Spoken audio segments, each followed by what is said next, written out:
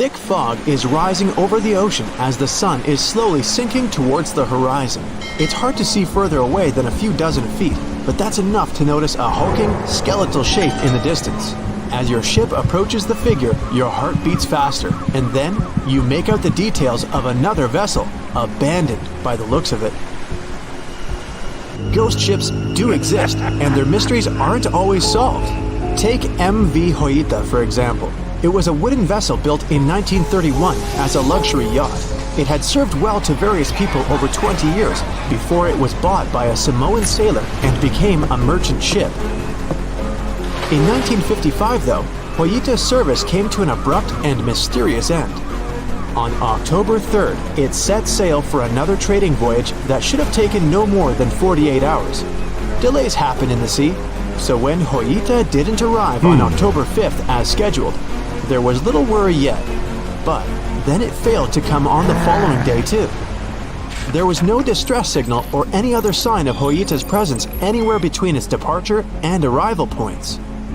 A search and rescue party was dispatched to find the ship, and for 6 days, they were scouting the area of nearly 100,000 square miles. On October 12th, the mission returned to the base empty-handed. Joyita vanished without a trace. It was only a month later that another merchant ship, Tuvalu, noticed the missing vessel far away from its route, drifting in the open sea and listing heavily. The sailors boarded the ship and found that all of its crew and passengers, 25 people total, were missing, along with all the cargo the vessel had been carrying. The radio was tuned to the International Distress Channel, meaning that the crew had been trying to ask for help, but they couldn't reach anyone because the radio cable had been damaged, limiting the range to 2 miles. The lifeboats were missing as well, indicating that people on board must have left the ship. Unfortunately, they seem to have taken the logbook with them, leaving the rescue team clueless as to what had happened. Even today, the mystery of MV Joyita hasn't been solved yet. No one knows where the crew and passengers had gone and what had caused them to leave. SV Carol A. Deering wasn't a ghost ship in the usual sense of the word. There are no sightings of it in the open sea. Instead, it was found on the shore, but the circumstances of it running aground are a puzzle shrouded in mystery. Carol A. Deering was built in 1919 in Maine, and it was a large vessel made for commercial voyages. Unfortunately, despite its large cost of construction, it had only served for a year before its last trip. July 19th, 1920. The ship was traveling from Puerto Rico to Rio de Janeiro via Newport News to deliver a cargo of coal. It was almost halfway to the final destination when the captain fell seriously ill, and the crew turned back to drop him and his son off and replace the captain. The voyage went without incident, but when it came to Barbados in December to resupply, there were strange moods among the crew. The first mate didn't seem to be happy with the new captain. No one paid much attention to it back then, when they probably should have. The last sighting of Carol A. Deering at sea was on January 28, 1921, when a lightship noticed it off the coast of North Carolina. There was some commotion on the quarterdeck of the ship, where the crew were normally not allowed. Then, another vessel sighted it, but there was already no one on the decks. On January 31st, the merchant ship was found hard aground in the Diamond Shoals, a site notorious for numerous shipwrecks that had been occupying there for centuries. When the search and rescue party boarded the ship, they found it abandoned, the log and personal belongings of the crew gone, along with the 2 lifeboats. There is still no answer to what happened on board of Carol A. Deering that January, although the most popular version was mutiny. Maybe we'll never find out the truth though. SS Baychimo is perhaps one of the most notable ghost ships in history. This large cargo steamer was built in 1914 in Sweden and plodded its way dutifully over 16 years, trading provisions for pelts with native tribes of Alaska and Canada. But then, on October 1st, 1931, Baychimo got caught in pack ice. At first, it seemed the crew would be able to wait it out and continue on their route because the ship broke free in a couple of days. But in less than a week, it became caught again, this time for good. In another week, a rescue party was sent to fetch 22 of the Baychimo's crew, while another 15 remained behind to wait through the winter if necessary and get the ship back.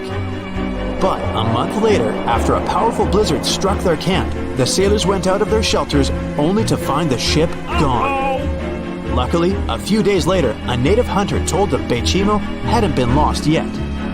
He'd seen it about 45 miles from where they had been stationed.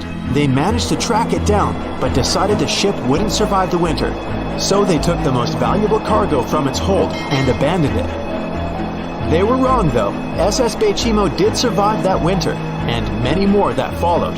When the ice broke, it sailed away on its own, drifting listlessly along the shores of Canada and Alaska. There were numerous sightings of the ghost ship, sometimes adrift in the open sea, and at other times stuck in the pack ice again. People attempted to board and salvage it, but weather conditions or lack of equipment always prevented them. SS Baychimo was last sighted by native Alaskans in 1969, 38 years after its abandonment. What became of it later remains unknown. The story of SS Ourang Medan is one of the most puzzling and harrowing ghost ship stories of the 20th century. No one even knows for sure if the ship even existed in the first place. It wasn't recorded in Lloyd's Shipping, the International Register of Ships, which makes it either a tall tale or a vessel that avoided being officially recognized for some shady reasons. In any case, the accounts as to what happened to the Medan vary. According to most reports, it was carrying some unknown cargo in the Indonesian waters when a distress call was received by another ship in the vicinity. The officer on duty heard an SOS message, but its contents are different depending on the accounts. The message did not repeat, and the crew of Medan didn't answer to any attempts to contact it back. The ship that received the distress call hurried to the rescue, but they only reached the vessel the following day, when it was already drifting and slightly listing. When the rescuers boarded the ship, they found that none of the crew had survived. However, one lifeboat was missing, which implied that there was at least one crew member who managed to escape. What happened to the rest of the people on board remains a mystery to this day. Still, there are no hard facts about this story, so we might never find out whether SS Ourang Medan was actually a ship and not a thing of fiction. SV Zebrina was a three-mast sailing barge built in 1873 for river trade ships in South America. She served for well over 4 decades, proving to be a sturdy and reliable ship. It was later transferred to Europe, where it continued serving its purpose well. But then, in October 1917, Zebrina set sail on a regular voyage only to be found ashore several days later. Mysteriously, although the ship was perfectly intact, the entire crew of 5 and the captain were gone. There is no direct evidence or hard facts as to what really happened that day. The most convincing theory is that the crew were washed away from the deck because of an underwater explosion. And then the ship sailed ahead without them, but the truth, as always, remains unknown. It's 2018. You get up early in the morning to go ashore and catch some fish. You come to the spot you were yesterday, throw the hook into the sea, and wait. The float is twitching. You've caught some fish, but hey, hello? Why aren't you doing anything? Right now, you don't care about the fish. You're looking at something in the distance. You open your mouth in surprise, since you see a huge ship stuck on a shoal. It wasn't here yesterday, so it got here at night. Okay, it'll probably sail away sooner or later. You fish for a few more hours. During this time, you observe the ship and notice no movement there. Is it empty? Boats and the Coastal Service are sailing from the shore to the vessel. You decide to check it out too. You get in your old boat and go there. The mist descends to the water, making the ship look creepy. The colossal vessel is rusty and empty. But where is the whole crew?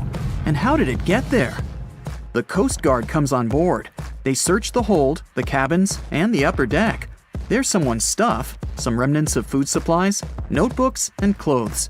Everything suggests the crew has disappeared for some reason.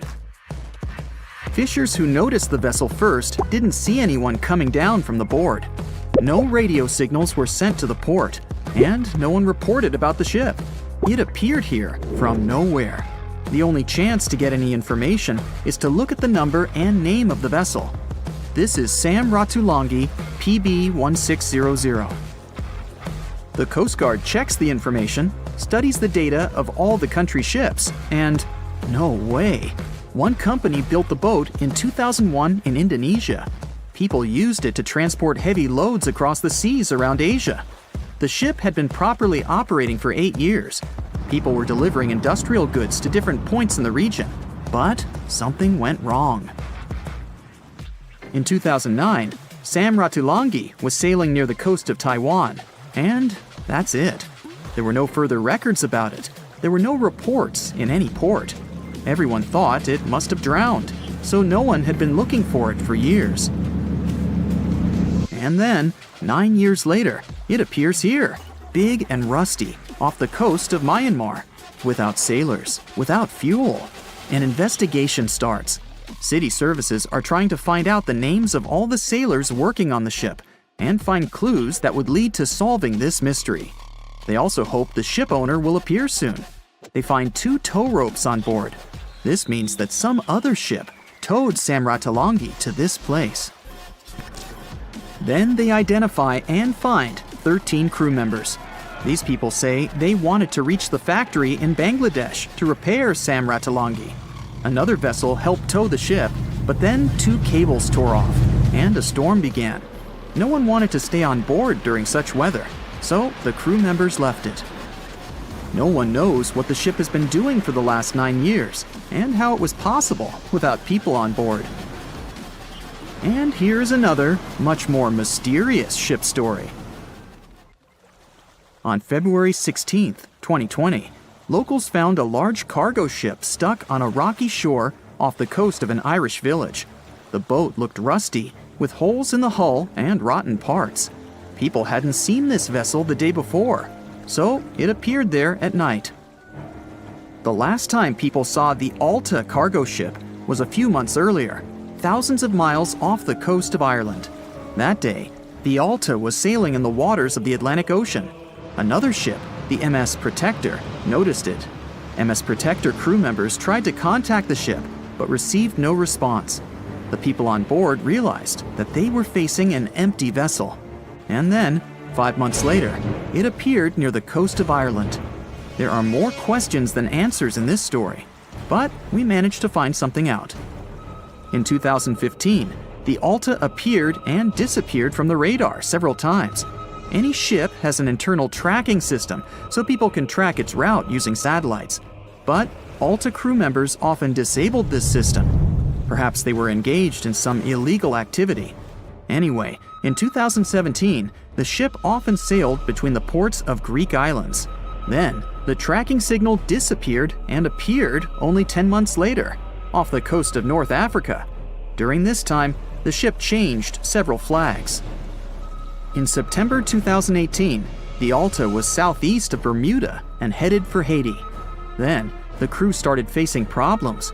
First, the main engine failed right in the middle of the Atlantic Ocean. The ship began to drift.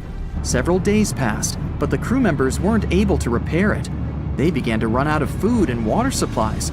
The situation got even worse when they found out that a hurricane was approaching the place. Fortunately, they managed to contact the U.S. Coast Guard. A helicopter flew to the Alta on October 2nd to bring them some supplies. There was enough food for several days. Then, a rescue boat sailed to the ship. It evacuated all the sailors and delivered them to Puerto Rico before the hurricane.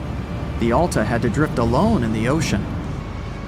After a while, another ship approached the Alta to tow it to the shores of Guyana. But at this moment, everything went wrong. Someone stole the boat, disabled the tracking system, and sailed away in an unknown direction. After almost a year, the MS Protector found the empty Alta in the waters of the Atlantic Ocean. And then, 9 months later, the ship without a crew sailed to the shores of Ireland. How did it manage to travel across the Atlantic and get to the coast of Ireland? It's still a mystery. Maybe it was just luck. No one else saw the ship all this time. It was just covering huge distances, surviving storms. Who's the captain? What happened to the thieves? Who owns the ship now? One day, someone called the village administration and introduced themselves as the vessel owner, but that unknown person didn't provide any evidence. They found several barrels of oil on the ship, which they took away by helicopter. The Alta was rusting. Corrosion of metal could damage the environment. The vessel had no commercial value, yet it would have taken millions to get rid of it. There were 3 options for what to do: leave the ship where it was, tow it into the sea and let it sink, or disassemble it for scrap. But nature had its own plans. Storms and strong waves split the hull into 2 parts. The Alta was drifting without a crew in the waters of the Atlantic Ocean for about 2 years. But this is nothing compared to a ship that was traveling for 38 years. The record belongs to the SS Baychimo. It was a merchant vessel owned by some trading company. In 1931, the ship found itself on the ice off the coast of Alaska. Its movement slowed down. A thick layer of ice blocked the ship, and a strong storm only made the situation worse. The blizzard was so intense that the crew members couldn't see anything but a white veil in front of their eyes. Sailing any further was impossible. The team had to wait for the storm to end. They waited for a day, 2, 3 days. A week had passed, but the snowstorm was only getting stronger. Then, one day, it grew weaker. The crew members split into 2 teams. The first team went to the nearest city. The second group, along with the captain, stayed on board. They set up camp next to the ship and waited for the blizzard, which had started again, to end. There was 0 visibility. And finally, one day, the storm was over. Great! And now, wait a minute. But where is the ship? The SS Baychimo just disappeared during the blizzard. The captain was sure that the ship had sunk, so he left along with the crew. Then, a week later, they saw the vessel drifting near the area where they had lost it. The hull was damaged so severely that it was unsafe to sail on it. Repairing the ship would be pointless and expensive, so the captain decided to abandon it. He was sure that it would go underwater sooner or later, but it stayed afloat for the next few days, the next few months, and a few years. People had reported seeing it at various points along the coast of Alaska for 38 years. The last record of the SS Baychimo is dated 1969. Those who saw it claimed the ship was completely frozen, almost merged with the ice. Some people planned to start an expedition to find the ship, but all attempts were unsuccessful. The vessel is probably lying somewhere on the deep sea floor. The voyage started just like any other. The cargo ship SS Cotopaxi is making another journey to Havana, Cuba to deliver coal. It's November 29, 1925. For Captain Meyer and his crew, leaving Charleston Port, South Carolina, it will be the last trip the ship ever makes. Its route ran through the Bermuda Triangle. 2 days into the trip, the Cotopaxi sent out a distress signal. It had got caught up in a strong tropical storm and turned over on its side. The wind was very strong and there was powerful lightning as well. Rain gradually filled the ship's hold. Then there was a bright white flash, and the ship disappeared without a trace. Later, its wreckage was found in the Gobi Desert, which is in a completely different part of the world. All 32 crew members, including the captain, were missing. Of course, the part about the Gobi Desert is fictional. For one of his movies, Steven Spielberg came up with the idea that the ship was moved there by aliens. Still, in real life, the ship was never found, and its crew really did disappear. It was officially declared missing a month afterward, and nobody could find the wreck. It seems like a classic case of mysterious things going on in the Bermuda Triangle. But most mysteries are solved sooner or later. In 2020, the Cotopaxi was found. A man named Michael Barnett had moved to Florida to study shipwrecks off the coast. One wreck in particular really caught his attention. It was much larger than the others, and the locals called it the Bear Wreck. It was about 40 miles from St. Augustine in northern Florida. but no one had ever managed to identify the rusty hull. So Michael started to do some detective work. He measured the size of the shipwreck and started working through all the information he could find. He researched hundreds of old newspapers, leafed through insurance records, and looked at artifacts found on the wreck. After hundreds of hours of hard work, Michael was sure it was the Cotopaxi. But a few years before, there had been a rumor that the same ship had been found off the coast of Cuba. The Coast Guard found the wreck of a cargo ship about the same size that looked a lot like the one lost in 1925. Michael was sure they were wrong, so he teamed up with some science journalists and kept investigating. Soon they discovered something that seemed to confirm Michael's belief. Divers found brass valves with the letters SV on them in the wreckage of the ship. Michael suggested these initials referred to Scott Valve Manufacturing Company. The headquarters of this company was in Michigan, not far from where the Cotopaxi had been built. The company had probably supplied parts for the Cotopaxi. So the puzzle seemed to be solved. The bare wreck was really the missing cargo ship. But Michael still needed to work out why the ship had sunk. Did something mysterious really happen to the Cotopaxi in the Bermuda Triangle? Later, Michael found the testimony of the ship's carpenter among some old papers. The carpenter claimed that the hatches covering the coal on the ship had been in a terrible condition before it sank. Repair work on the covers wasn't finished before the crew got the order to sail to Cuba. So if the hatch covers were still broken during the trip, water could have easily gotten on board. This water probably flooded the hole during the tropical storm. This was the real reason why the Cotopaxi went down. There was really nothing mysterious about it. It was just a mistake made by ordinary people. But this is just one example out of dozens, or even hundreds, where ships and planes have gone missing in the Bermuda Triangle. We still can't explain some of these incidents. It seems like there really is something weird going on there. One of these strange events happened in 1948. A passenger jet was headed for Miami from San Juan, Puerto Rico. It disappeared in the same area as the Cotopaxi. The 32 people on board vanished without a trace. The weather was clear throughout the flight, but experts think that when the plane was about 50 miles from the coast, it could have been hit by a strong wind that knocked it off course. Years later, a similar plane was found in the area of the Bermuda Triangle, but because no one could work out the registration, it was impossible to say for sure if it was the same one. Something even stranger occurred not long before, in 1945. 5 planes went missing all at the same time. Some trainee pilots were practicing their navigation skills, but when they'd finished, it seems they couldn't find their way back home and disappeared. Many people assume they just ran out of fuel.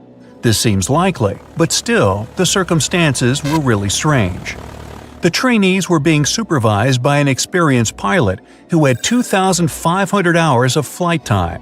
He would never have let a group of newbie pilots get that far away from their base. Even now, people still debate what could have happened. Some insist the pilots ran into something supernatural out there in the Bermuda Triangle. But who knows? And here's another freaky thing that happened there which no expert has been able to explain. Time travel. In 1970, Bruce Gernon was flying a plane from Andros Island to the Florida coast. When he was at 11,500 feet, a giant cloud appeared in front of him. It kept getting bigger and bigger, and he had no choice but to fly through it. As soon as he did, the plane was surrounded by darkness. It was as if the day had turned to night in a split second. Suddenly, Bruce began to see white flashes of light around him. They were so bright that they lit up the entire sky. But they weren't lightning bolts, although he couldn't really explain what they were. The plane continued through the strange cloud for almost a half an hour. Bruce noticed that the cloud changed shape during this time. The space around the plane turned into a tunnel. Then the tunnel started narrowing. Bruce became really tense as he tried to cope with the plane's controls. All his instruments and navigation equipment were going crazy, and the electronics stopped working. Then, a white light appeared at the end of the tunnel. Just like in the movies, the plane escaped the closing cloud tunnel at the very last second. Everything was fine, but now Bruce found himself in some white fog. He had no idea where he was. Then he managed to contact ground control. He was shocked when he learned that his plane was already in the airspace above Miami. It seemed that something impossible had happened. Bruce was meant to cover a distance of about 250 miles during the flight.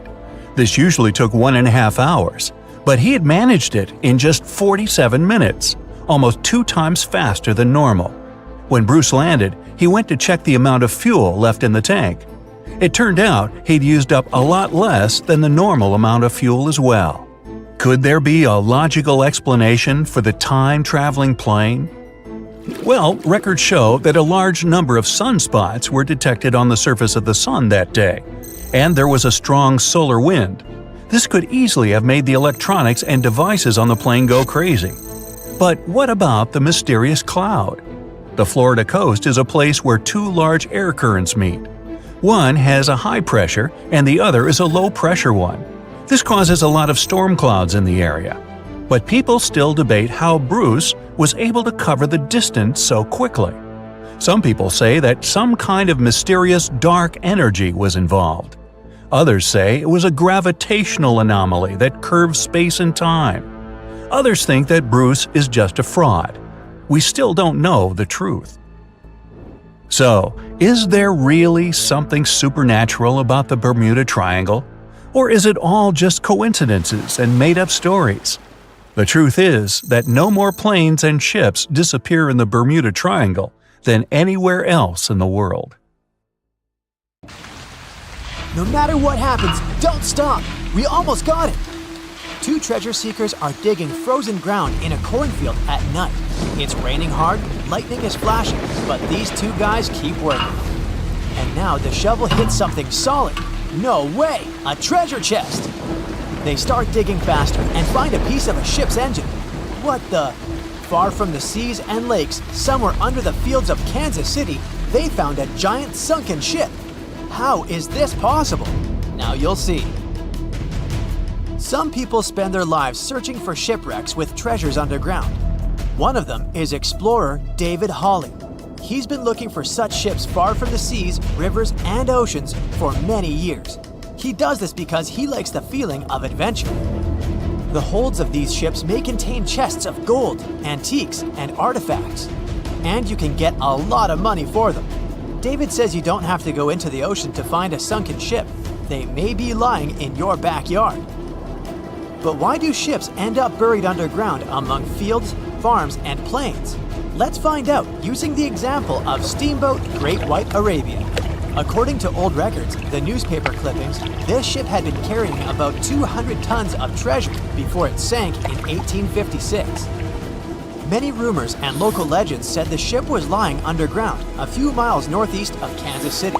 It was there because people deliberately altered the riverbed and channels of the Missouri River in the second half of the 19th century. They artificially brought the shores closer to each other. They narrowed the river to increase the flow's speed, so boats could sail much faster. In the 19th century, steamboats were the most popular means of transporting passengers and goods. Before railroads, they extended the western border across the Mississippi and Missouri rivers and brought supplies to people. That's why it was so important to increase the speed of their movement. So, on September 5th, 1856, Arabia was sailing along such an estuary. It came across a snag sticking out of the water. A piece of log quickly flooded the ship. Fortunately, all passengers were evacuated. But the steamer and its precious cargo reached the silt bottom of the Missouri River in a few minutes. Several years had passed. Everyone forgot about the vessel. During this time, the course of the Missouri River had changed. But Arabia remained under the wet, muddy bottom. The soil level above it was getting higher, and the ground was losing moisture. Eventually, many decades later, a cornfield formed above the sunken ship. In the 1980s, one farmer owned this area, and he had no idea what was hidden in his territory. David Hawley carefully studied the history of the sunken ships of the USA. He knew that hundreds of steamers had gone underwater all over Missouri, but most of all, he was interested in Arabia. as there were rumors that it was filled with gold and other valuable things.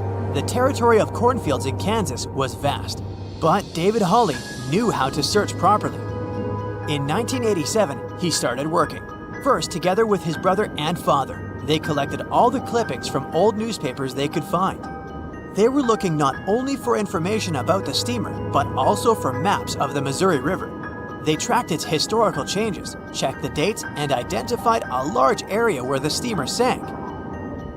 Next, they used electromagnetic testing and other geological stuff to study the soil and find the right place. They searched for differences in ground moisture and density. Then, they went through the territory with powerful metal detectors. And so, by the fall of 1988, they had determined the location of the steamer. Arabia was the size of a football field.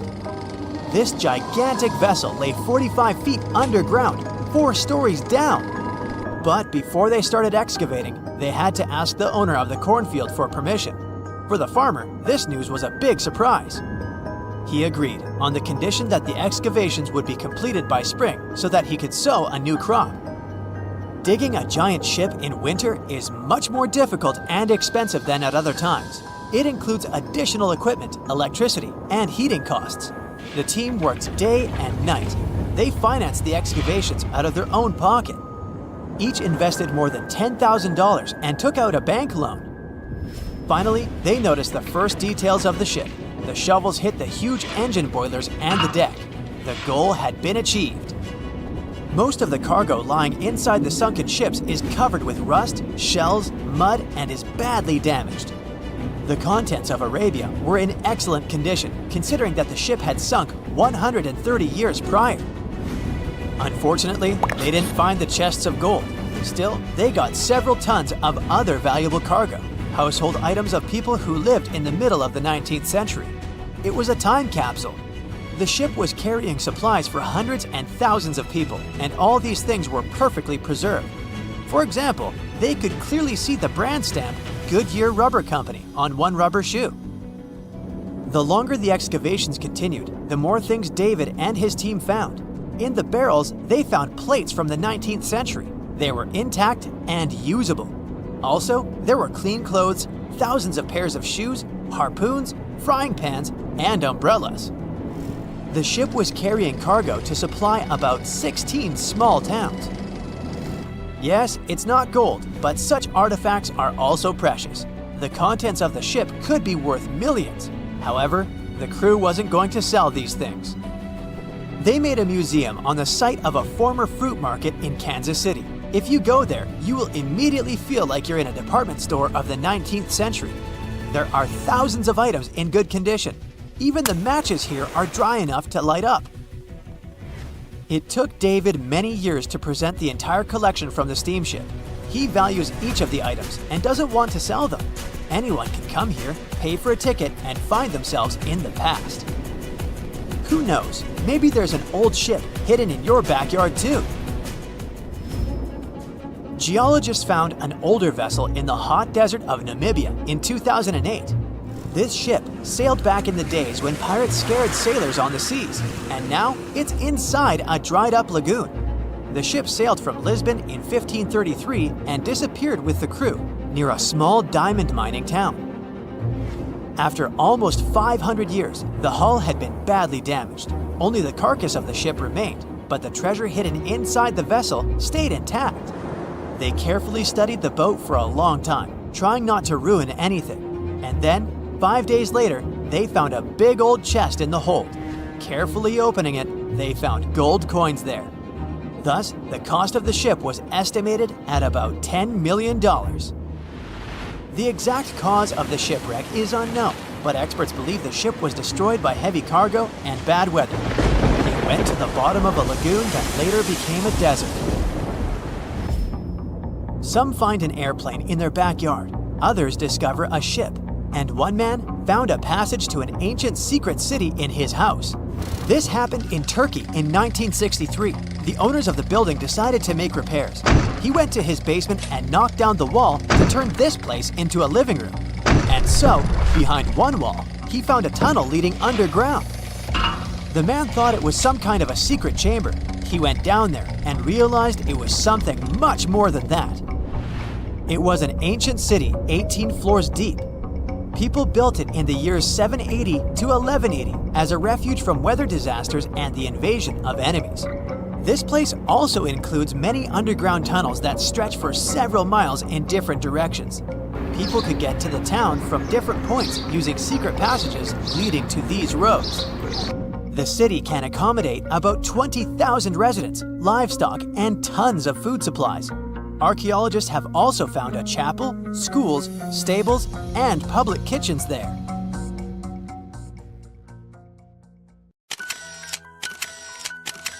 At the beginning of the 20th century, somewhere off the coast of West Africa, a German steamship was leaving the port.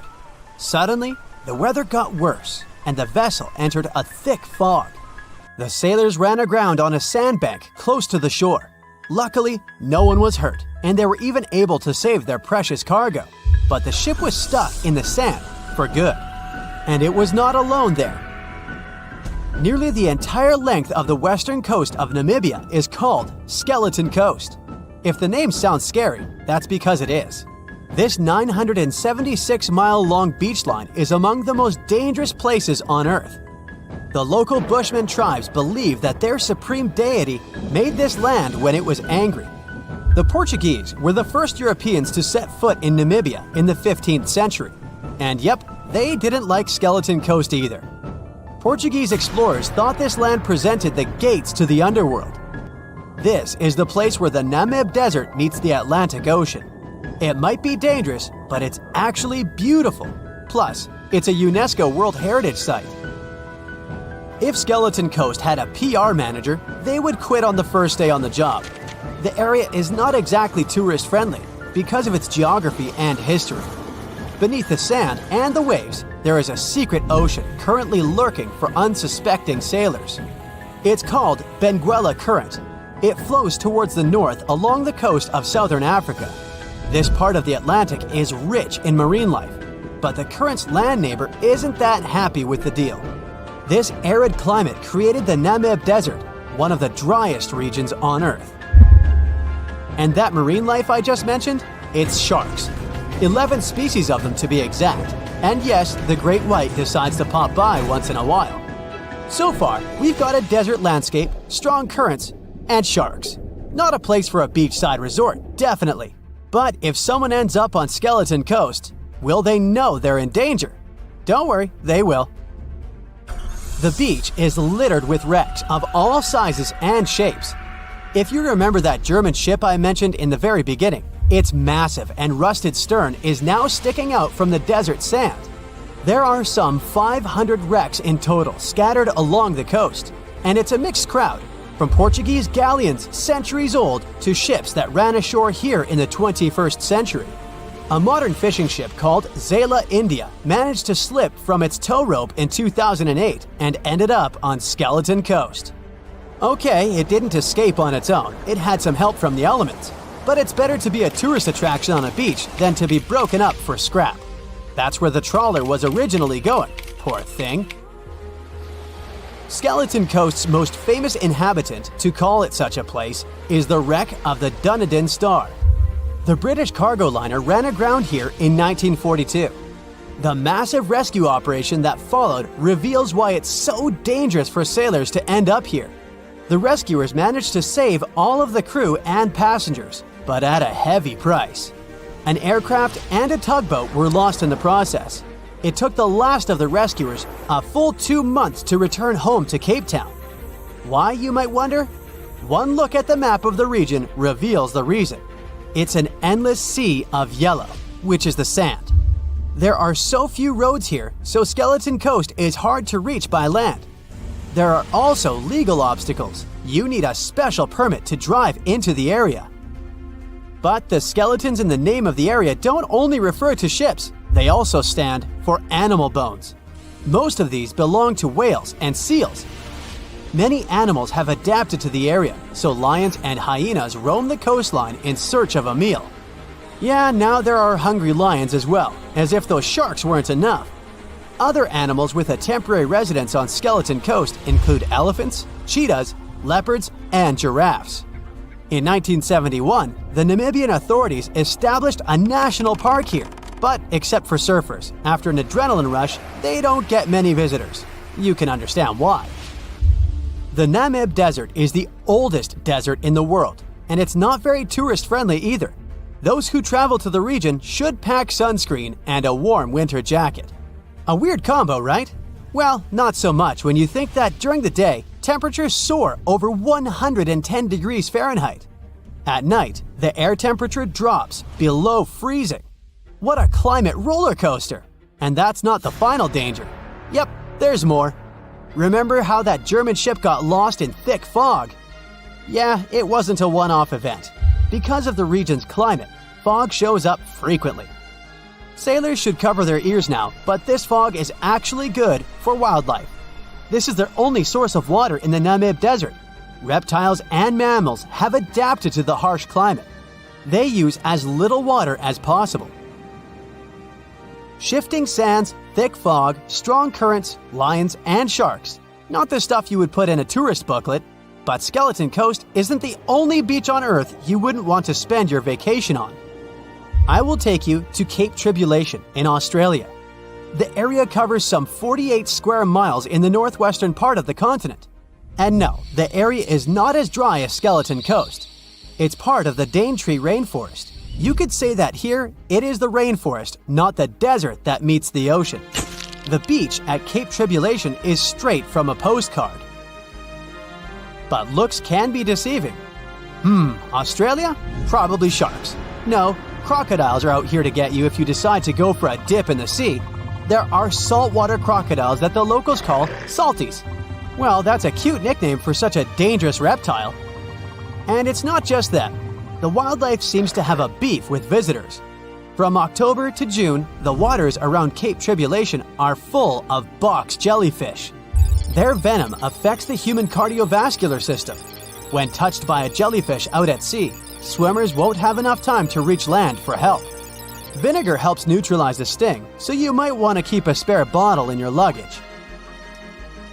Crocodiles and jellyfish sound dangerous, but there's one more animal you should look after. It's the wild boar. It might sound funny, but you won't laugh when you're being chased by one of these across the beach. 21 million wild boars live in Australia. They're mostly active at night, making it even more dangerous if they charge at you. The best defense is running in circles. Wild boars can't cut corners well. That's probably why we don't see many of them taking up careers as race drivers. Cape Tribulation has one last danger installed for you, and it's not an animal. Out here, even the trees are plotting against visitors. The stinging tree got its name for a reason. If you try to pick one of its beautiful red berries, it'll fight back. Its prickles are like tiny glass shards. The less than pleasant effect on your skin will last for a month. Then there is this wait a while bush. Who keeps naming them like this? This long vine has spikes that grab hold and just don't let go. They are so strong they can pull a human off a horse. You'll have to wait for someone to come by and save you from this thorny grabber. If you are about to cross this Australian beach from the vacation list, hold on for a second. Tourism is booming here. The local authorities have restricted access to all of the danger zones. Visitors go swimming in dreamy water holes that are surrounded by lush vegetation. There are even ropes to swing from. Now, that's a beach you can finally relax on. The moon shines brightly and illuminates the black water of the ocean. Thick fog descends on it in ominous silence. Then, it's suddenly broken by the creaking of wooden boards, followed by a rippling of the waves. Through the fog, you see the outline of an old, large ship. Its hull is rusty, and a strange cold is coming from it.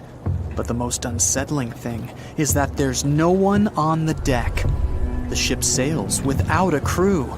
No, this isn't a mythical Flying Dutchman, but a very real ghost ship. September 2nd, 2019.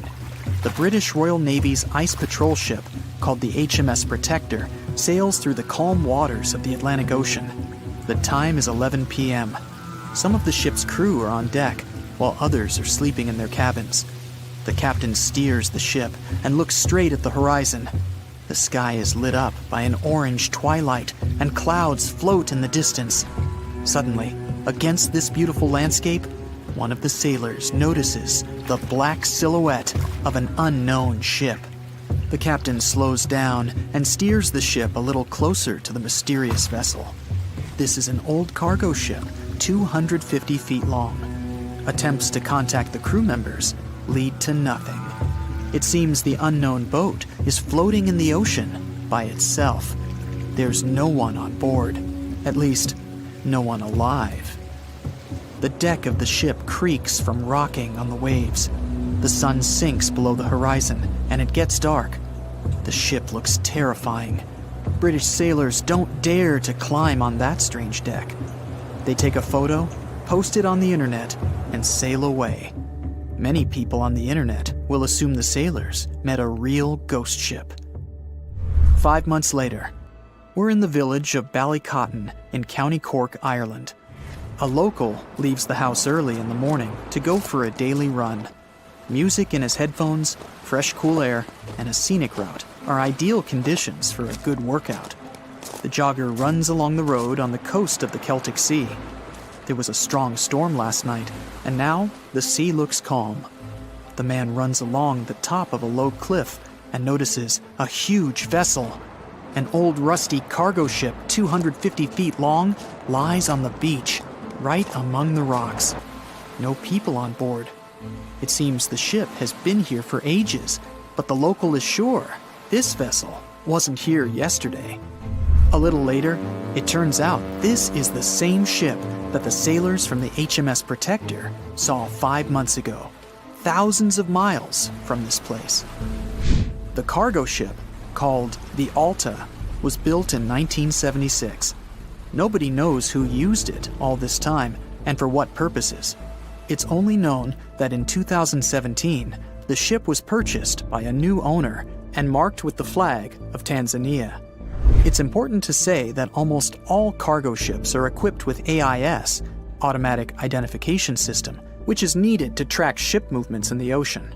Since 2015, something strange started happening with the Alta's AIS. The ship disappeared from the satellites, then reappeared again. Over the past few years, this ship had changed several names and flags. It's not surprising that its AIS shut off and turned on numerous times. It's said that some of those who disable AIS on their ships do so to hide outlaw activities. The ship's captain, whoever it was, clearly didn't want to show the Alta's movements. As AIS showed in 2017, the ship had sailed near Greek port cities. The Alta made 12 stops in 3 such cities in different parts of Greece. Then, the AIS signal disappeared, and 10 months later, the Alta reappeared near the northern coast of Africa, 1,200 miles from Greece. In September of 2018, the ship was sailing about 1,400 miles southeast of Bermuda, and at that time, the crew members started having problems. There were 10 people on board the Alta. On September 19th, the ship's engine failed right in the middle of the Atlantic Ocean. The nearest shore was very far away. The ship began to drift. As days passed, the crew couldn't fix the vessel. Food supplies were running low. The crew started to panic and tried to contact someone. The situation got worse as a strong hurricane was approaching the place where the ship broke down. Crew members contacted the U.S. Coast Guard. On October 2nd, a helicopter headed towards the ship. Food and water were unloaded on the Alta. This was enough for the crew to bide their time for several days. About a week later, a rescue boat sailed about 1,500 miles to reach the Alta and help the stranded sailors.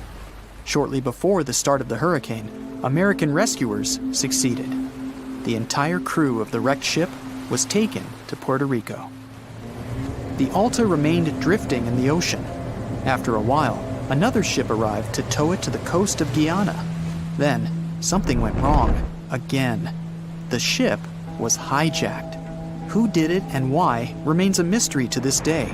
But then, for some unknown reason, the thieves decided to abandon the ship and left it to drift in the ocean.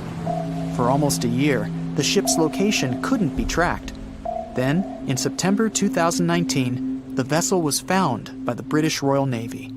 How the Alta was able to cover the distance across the Atlantic and wash up on the coast of Ireland is unknown. An investigation has been launched in Ireland. It's necessary to identify the owner of the vessel and find a responsible person to take on the task of towing it. But no one has since been found. Once, an unknown person called the Irish authorities and introduced themselves as the owner of the ship, but didn't provide any evidence. Several barrels of oil were found on board the Alta. To dismantle the ship, the Irish authorities will need to spend about 10 million euros. Local residents are annoyed by the wreck too. Corroding metal is bad for the environment, and kids have already snuck on board and posted a video on the internet from inside the abandoned ship. The further fate of the Alta remains unresolved. It's still lying there. That ship sailed in the ocean for just 2 years. Now imagine if some other managed to drift for 38. In all that time, no one could catch this ship, and people still seek it. That vessel is called the SS Baychimo. It was a merchant ship owned by a Canadian trading company. In 1931, the ship got stuck in ice off the coast of Alaska. A strong snowstorm began. The team waited a week for it to end, but the storm only intensified. One day, the weather improved a bit, and part of the team was evacuated to the nearest city. Another part of the crew, with the captain, set up camp near the ship. The storm started again and didn't stop for a long time. The blizzard was so heavy that the ship's captain couldn't see beyond his arm's reach. Finally, when the storm was over, the captain saw that the ship simply vanished. He decided the Baychimo sank during the storm. A week later, the ship was found, drifting near the place where it was lost. The hull of the ship was damaged so badly that it was unsafe to sail on it. The captain decided to abandon the ship. However, it didn't sink. For the next 38 years, it was drifting at various points along the Alaskan coast. Several times, people climbed on the ship, including native Alaskan residents and a group of researchers. Attempts to save the vessel from the sea ended in failure. The salvage operations were hampered by drifting ice and bad weather. The last time it was seen was in 1969. The ship was frozen and blocked by the ice. In 2006, the government created a special project to find the Baychimo. However, in all these years, the ship still hasn't been found. Its fate is unknown. It's likely that the ship has finally found peace and is now lying on the seabed of the Chukchi Sea. They say nothing is ever lost, and it's true. Let's discover ships frozen in time. The first one is truly fascinating. Here, the Antikythera shipwreck. It's a Greek trading ship from the 1st century BCE. It's located on the east side of the Greek island of Antikythera and at the merging point of the Aegean and Mediterranean seas. Around 2,000 years later, in 1900, a group of Greek sponge divers discovered the wreck. They were going to Tunisia, yet they were forced to find shelter from a storm on a nearby island. Since they couldn't go anywhere due to the storm, they decided to look for sponges until the weather got calmer. One of the divers discovered the shipwreck at depths of around 130 feet. Imagine someone going for a sponge hunt, but getting out to the surface with archaeological treasures. The captain of the sponge boat talked to the Greek officials about what they had found. The officials sent 2 ships to the wreckage. The salvage operation was successful, and discoveries are now in Greece's National Archaeological Museum in Athens. The findings included 3 life-sized marble horses, jewelry, coins, and hundreds of works of art, including a 7-foot-tall Colossus statue of Hercules. Among these treasures, Antikythera ephebe, a bronze statue of a young man, caught more attention. Because the ephebe doesn't comply with any familiar iconographic model, and there are no known copies of his type, he held a spherical object in his hand. Scholars have different theories of who that person could be, but they are not in a consensus yet. More than 70 years later, Jacques-Yves Cousteau and his team went to the area and recovered hundreds more artifacts and the remains of 4 people. Interestingly, they discovered a complex set of interlocking gears capable of predicting the movement of the Sun, Moon, and several planets. The mechanism can also show the times of solar and lunar eclipses years into the future. Think of this Antikythera mechanism as an early computer calendar, to plan significant events like agricultural activities, religious rituals, and Olympic Games. These artifacts found in the Antikythera wreckage are some of the most important findings in modern archaeology. Just the Antikythera mechanism itself has changed our perception of the limits of ancient technology. The mechanism has a sophisticated design and was made over 1,000 years ago. After all these amazing discoveries, experts believe that the wreckage site has remained largely unexplored and is mostly because of its location and the landscape of the seafloor on which the ship rests. The wreck is too deep for scuba divers but too shallow to use something like a submersible. A survey made on the seafloor in 2012 showed evidence of a second wreck about 800 feet to the south. It's clear that this area has a lot to offer humanity. What would happen if those sponge hunters didn't go to the area? Scientists found a shipwreck in Antarctica at the bottom of the Weddell Sea 107 years after it sank. The name of the ship was Endurance, and it was the lost vessel of Antarctic explorer Sir Ernest Shackleton. Scientists who laid eyes on it decades later say it is among the greatest undiscovered shipwrecks ever.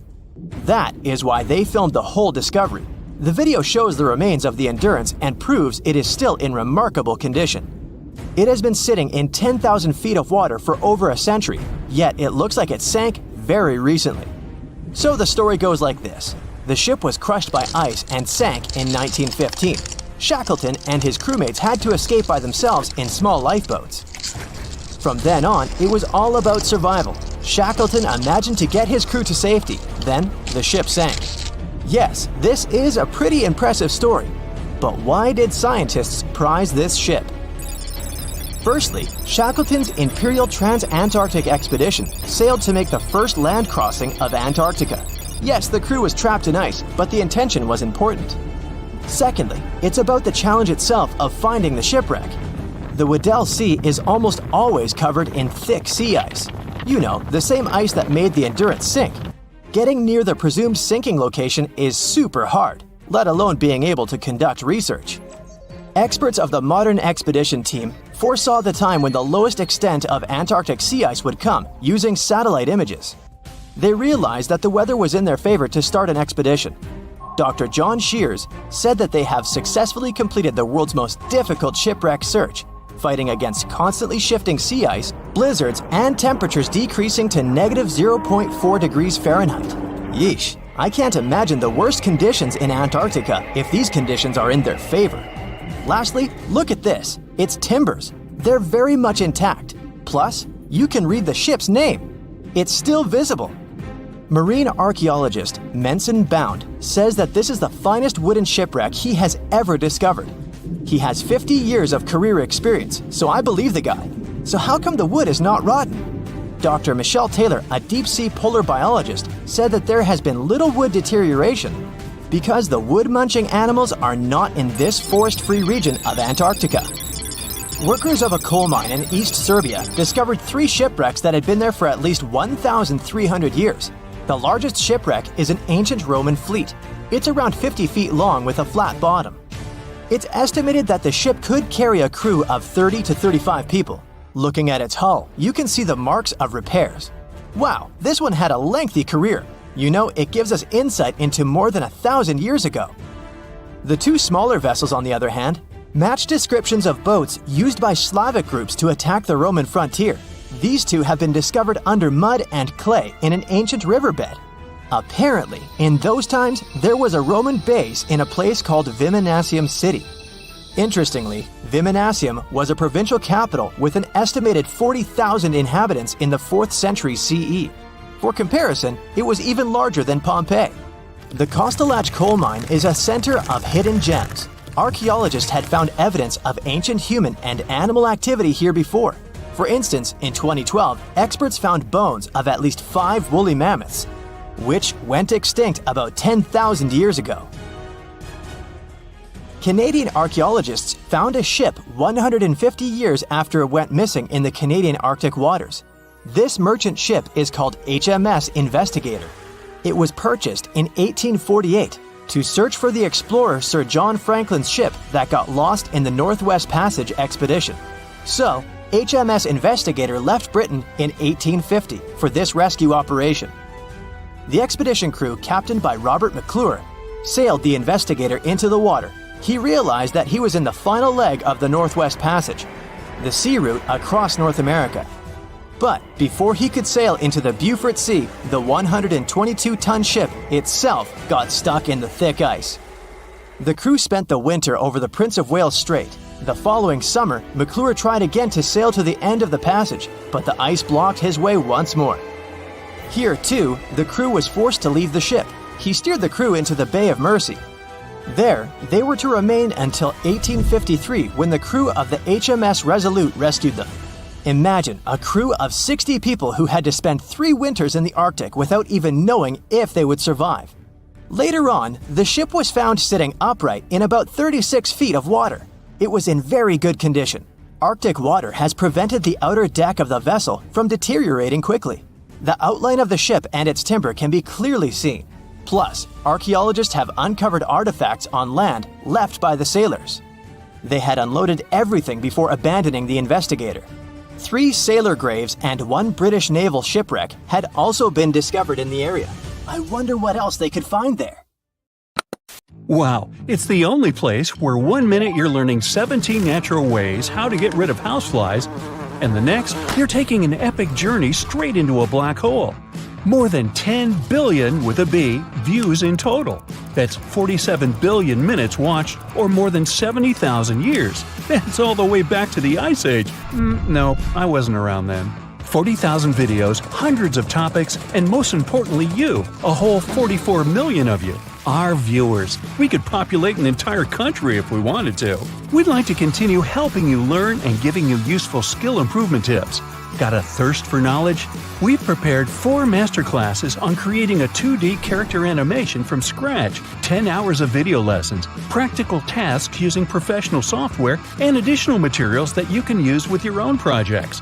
Get the full course now and create your own animated masterpiece. There's a ship drifting somewhere in the ocean without a crew. The last time someone saw it was over 50 years ago. Its story reminds of that of the Flying Dutchman, a ship that's bound to sail forever and bring disaster to whoever sees it at sea. At least the legend says so. Unlike the Flying Dutchman, the SS Baychimo was definitely real and built for a German company in Hamburg and began as an ordinary cargo ship. It was trading supplies between Hamburg and Sweden in the Baltic Sea starting from 1914. It had a strong steam engine and a hull made of steel. A few years later, it became British property. Then, in the 1920s, a Canadian company purchased it for around $18,000, a huge amount of money back then. The new owner, the Hudson's Bay Company, was actively using the ship for several years. They would often send it on voyages from its home port in Scotland to Siberia, Alaska, the Yukon, and the Northwest Territories. It also passed through the Panama Canal and even the Suez Canal, with fur pelts for sale on board. Sometimes it would also transport passengers. It had completed 9 successful voyages before this strip of good luck came to an end. Starting from the 1930s, SS Baychimo would have trouble with ice and storms. When it first got trapped in ice in October of 1931, some of the crew managed to escape to Alaska. 15 of 22 sailors decided to stay with their vessel and try to save it. They had furs and other valuable cargo worth around $58,000 aboard. The company sent them supplies to survive the winter. They set camp near the ship out of the hatches, tarpaulins, and other materials, and offloaded the cargo. At the end of November, a blizzard rushed through the area, and it seemed like it had taken the ship with it. The ice platform had survived, but the ship broke free. Some of the crew members were sure it had sunk. But soon after, they heard from one of the locals who had spotted their ship around 45 miles away from their camp. The crew moved on with their lives, and the ship started its journey as a runaway vessel. People would spot SS Baychimo once a year or so, all the way until 1965. It was mostly spotted off the coast of Alaska. A man going to Nome with his sled dog, along with prospectors, explorers, and treasure hunters, all claimed to have seen SS Baychimo. Someone tried to board it and take it to port, but ended up stranded on it for days because of horrible weather. Others got luckier and managed to take a whaleboat, some furniture, and other valuables from the vessel. Those who got close to the ship saw that it was damaged and missing the propeller. Still, it stayed afloat without a crew for at least 38 years and became the longest sailing ghost ship in history. In 2006, the Alaskan authorities started a project to solve the mystery of this ghost ship of the Arctic and finally find SS Baychimo, either still above or below the water. So far, the project has not been a success. SS Baychimo remains one of the estimated 4,000 ships that have disappeared off Alaskan shores. If the legend of the 17th century isn't lying, this ghost ship could be sailing somewhere along the Flying Dutchman. It belonged to the Dutch East India Company. Its captain managed to do the impossible for that time and sailed from Holland to Indonesia in only 3 months. They said he was flying over the sea, and some evil tongues explained that he had made a deal with evil forces to achieve that. Once the ship was sailing back home, its captain and crew disappeared without a trace. There are many versions of what happened to it. One of the first ones said it had tried to enter port at the Cape of Good Hope, got in a terrible storm, and sank as there was no captain to save it. Another legend says the captain had refused to obey the skies to let the ship sink during the storm. A scary life form then struck the boat and the crew, and it was condemned to forever wander without rest. Many sailors claim to have spotted the Wandering Dutchman. The Duke of York, who was to become King of England, mentioned having seen it in Australian waters. Right after spotting the ship, the man who saw it first fell from the top of the mast and didn't survive. There were more encounters with this legendary ship up to the middle of the 20th century. Ships would nearly collide with it as the Flying Dutchman jumped out of the blue. Scientists have a more logical explanation for this mystery: Fata Morgana, not to be confused with Hakuna Matata. Now, when you're out at sea on a hot day and the air is all wavy, it feels like when you look at the road on a scorching summer day. That's because of something called atmospheric refraction. When light passes through different layers of air with different temperatures and densities, it bends and twists. Sometimes, under certain conditions, this bending of light can create really bizarre optical illusions over the ocean, like sightings of the Flying Dutchman. The Fata Morgana phenomenon can make distant objects appear distorted, stretched, or even lifted above the horizon. So you can see a ship far away, but because of the way the light is bending, it will look like it's floating above the water or even disappearing and reappearing. A Fata Morgana is most commonly seen in polar regions, especially over large sheets of ice that have a uniform low temperature. But you can see it anywhere, even in deserts and over lakes on hot days. The first stories about ghost ships go all the way back to ancient Greek and Roman mythology. One of the most famous ghost ships in history is the Mary Celeste. This brigantine was traveling from New York City to Genoa and was fully stocked with provisions, but missing a crew when it was discovered in the Atlantic Ocean in 1872. The crew's personal belongings were also there, completely undisturbed. The final entry in their log was made 10 days earlier. We still don't know what happened to its crew, and the ship has inspired many spooky stories and legends. The Lady Lovibond was another legendary schooner that is believed to have been wrecked off the coast of Kent in the middle of the 18th century.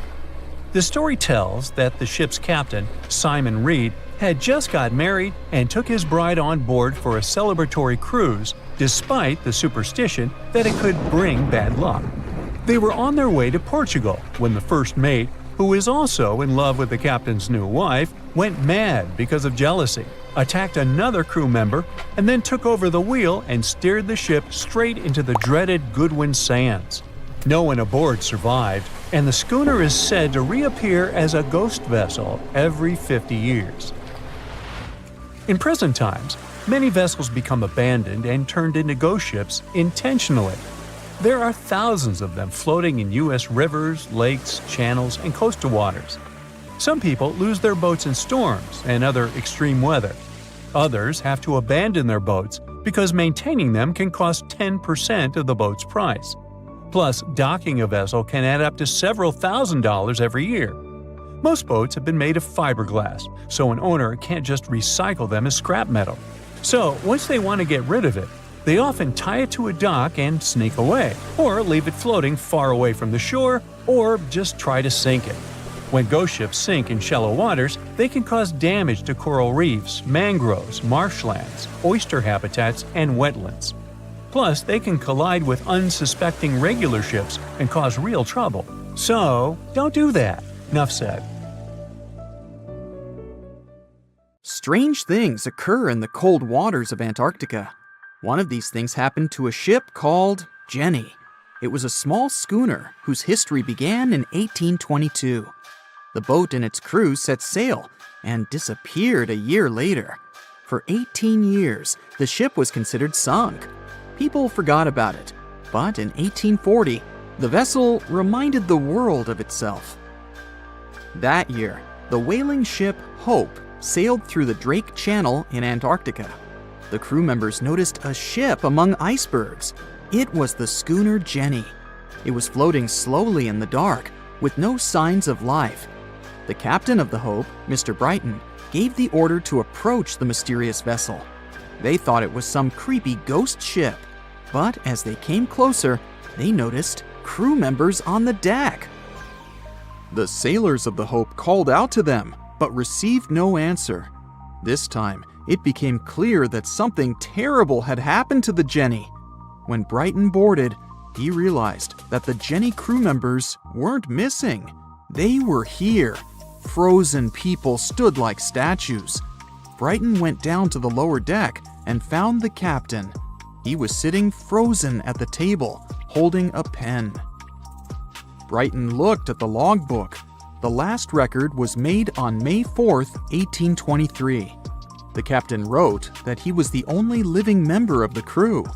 They spent 71 days without food. It seemed that the ship got lost in the sea because its captain went off course or sailed into an iceberg, but no one knew for sure. After that, nobody ever saw the Jenny again. According to rumors, the crew of the Hope abandoned the frozen ship and left it to drift in the cold waters. According to other rumors, this whole story is fiction. The story of the Jenny was described in a German magazine in the middle of the 19th century. Still, there was no further evidence of the ship's existence. Already in our time, Cambridge University decided to explore the case of the Jenny. The researchers discovered that one of the crew members of the Hope, who didn't disclose his name, told someone the legend of the frozen ship. Someone shared the story with another guy, and it was published in a German magazine called Globus. And that's all. There was no other evidence. One of the most famous ghost ships was the Mary Celeste, and there's no doubt about its existence. The history of this vessel was documented in court. People wrote about it in newspapers, but the most exciting thing is that the ship continued to be used even after 10 people disappeared from its deck. The history of the Mary Celeste began in Canada in 1861. When it was first built, the ship was called the Amazon. It changed captains several times, and it also hit some rocks. The boat was sold, bought, then sold again, repaired, and sailed under the name Mary Celeste. In 1872, it had a new captain, Benjamin Briggs. He was a decent, brave man with a lot of experience in navigation. He had a beloved wife, a daughter, and a son. When he went on his last voyage, he took his wife and daughter with him, and his son stayed in America. In November of 1872, the Mary Celeste sailed from the port in New York with 10 people on board and disappeared.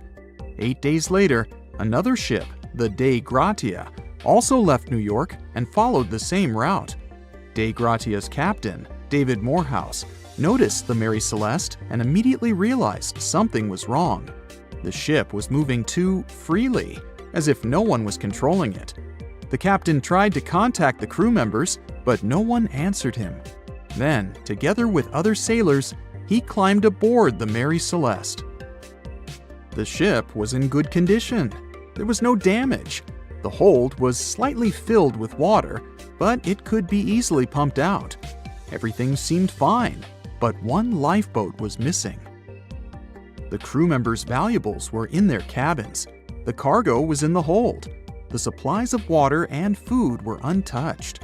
Judging by the records in the logbook, the ship was caught in a storm, but it was not too strong. Other ships also sailed through this storm, but nothing bad happened to them. The last record was dated November 25th, and it claimed that everything was fine. The sails of the Mary Celeste were slightly damaged, but perhaps it happened after the crew had disappeared. The whole ship was in excellent condition, but what made the people leave it? Part of the crew of the Dei Gratia stayed on board the Mary Celeste to bring it to dry land. Everything went well. They delivered the ship to the closest port. Next, the captain of the Dei Gratia appeared before the court and told about what had happened. However, the prosecutor and the judge didn't want to believe in the story of the Mary Celeste. They were sure the captain got rid of the ship's crew to get money for its cargo. According to the maritime laws of that time, if you found a ghost ship with valuable cargo, then a substantial part of this cargo belonged to you. So, many people thought that David Morehouse decided to earn some money. This version seemed to be more valid than the one about the mysterious disappearance of 10 people. Fortunately, no one accused the captain of committing a crime. They thanked him for his service and gave him a monetary reward. However, his reputation was damaged, which greatly affected his career, as many believed he attacked the crew of the Mary Celeste. But even after this terrible case, trial, and investigation, the story was not over. The Mary Celeste was still an expensive and efficient vessel. It sailed several times, but then one captain crashed it into the reefs to get insurance. The court revealed this deception and accused the captain of intentional property damage. The story of the Mary Celeste became famous all over the world. People began to build their theories, realistic and not.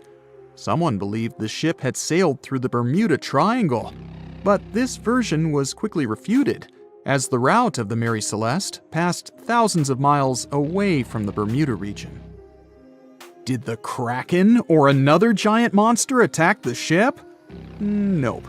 Since the boat was found in almost perfect condition, there were no signs of a struggle. One of the most popular versions was that the crew of the Mary Celeste stole some valuable cargo and sailed to Spain on the rescue boat. However, those who knew Captain Benjamin Briggs said he was a good, honest man. Besides, he had a son in New York, and Briggs would never leave him.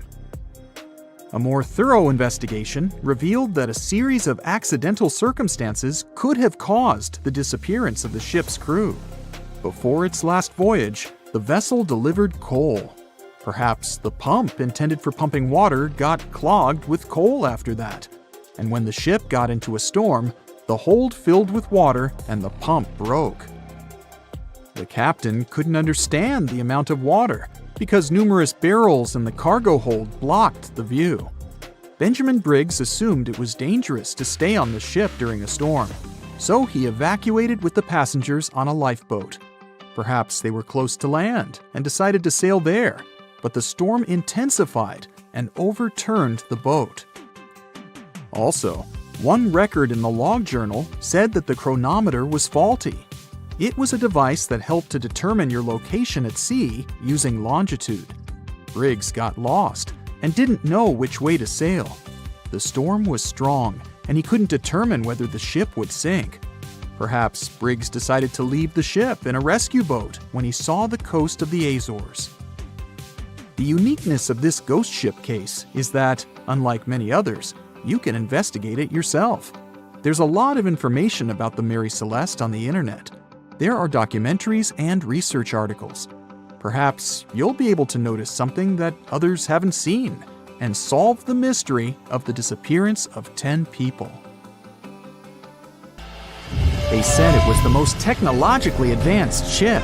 They said it was unsinkable. And when it sank, they made a movie about it. These were the main reasons why the Titanic disaster became world famous.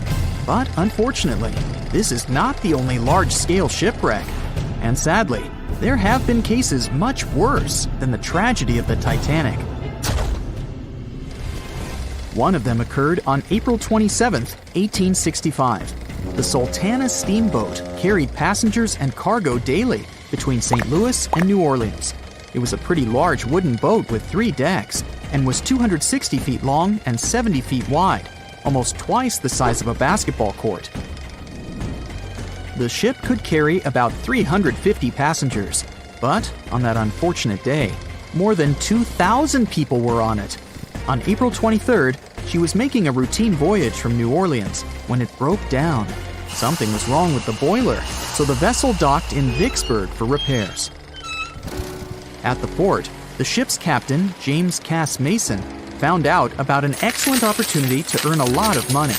All he needed to do was to transfer a large group of former prisoners to the north. The captain agreed to do it, but the problem was that the boiler required a lot of time to repair.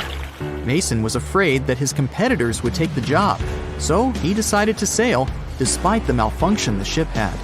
He patched up the holes in the boiler instead of a big repair and invited all the ex-prisoners on board. So, there was a broken boiler, an excess number of passengers, a lack of lifeboats, and not the best river conditions. Also, the captain refused to send the ex-prisoners to the hold, so they were all with ordinary passengers. There were strong chances for a shipwreck, but the greedy desire to earn more money was stronger.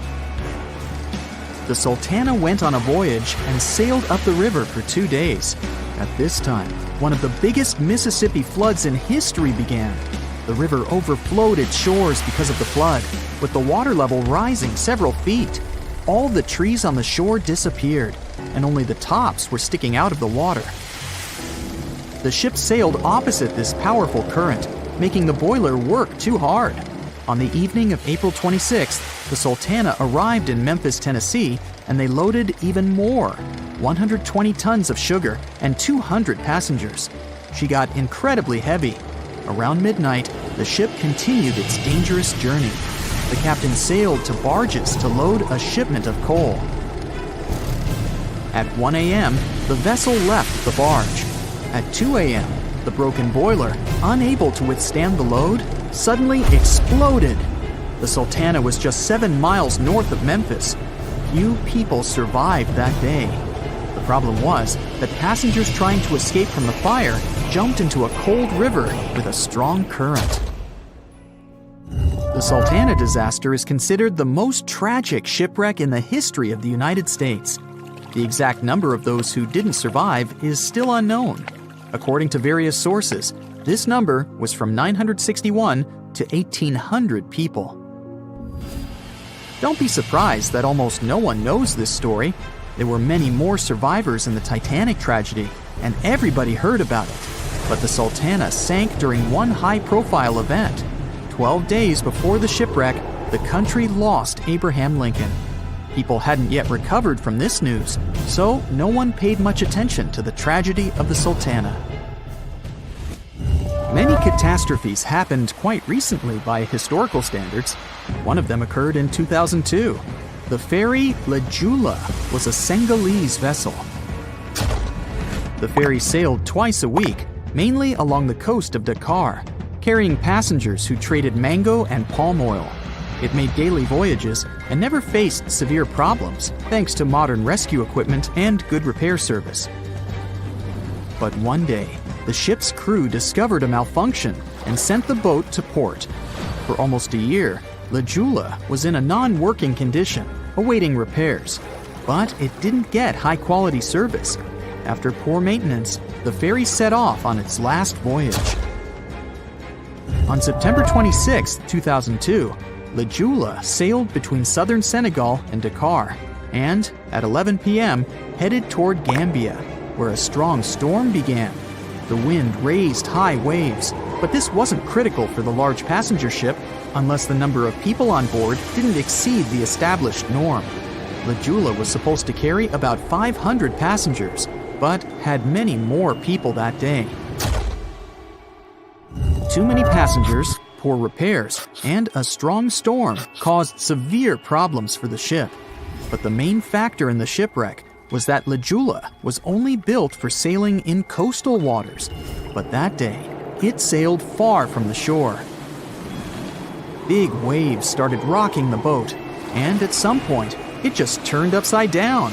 The ship's deck went underwater, and its lower part stuck above the surface like an iceberg. All the passengers sitting in cabins fell on the ceiling and lost their orientation in space. There were no holes or damage in the ship's hull, and water flooded the lower decks for a long time. The vessel stood in a twisted position for several hours. Then, the boat began to sink when the water seeped through the deck and hold. The ocean was warm, but no one came to save the passengers. People had to wait almost 4 days to be rescued. Unfortunately, only a few managed to survive. The Philippines is a very dangerous area for ships. This place consists of several thousand islands and a vast area with shallow water. Ships can run aground and damage the hull with reefs and pitfalls. On September 20th, 1987, one of the most terrible disasters in navigation history occurred there.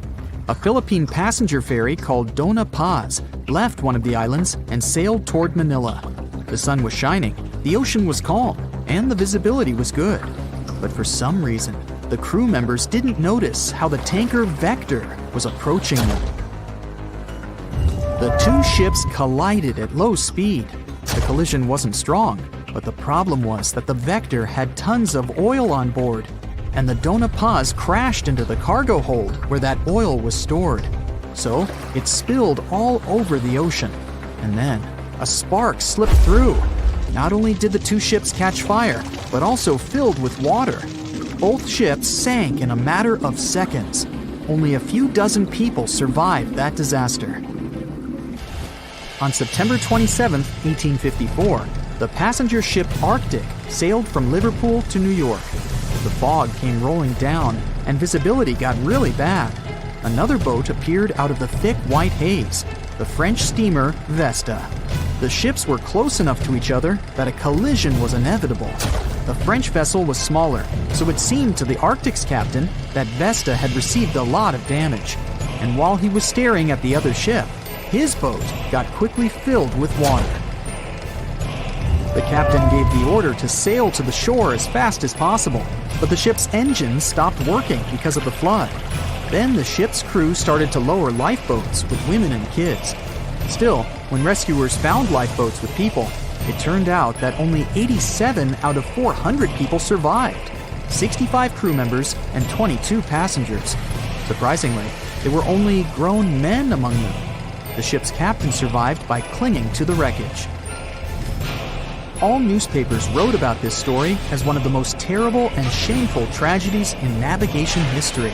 The survivors were criticized because they didn't save women and kids, and the crew members were accused of violating the law, since the safety of passengers should be higher than the safety of sailors. But despite this, none of them were brought to responsibility.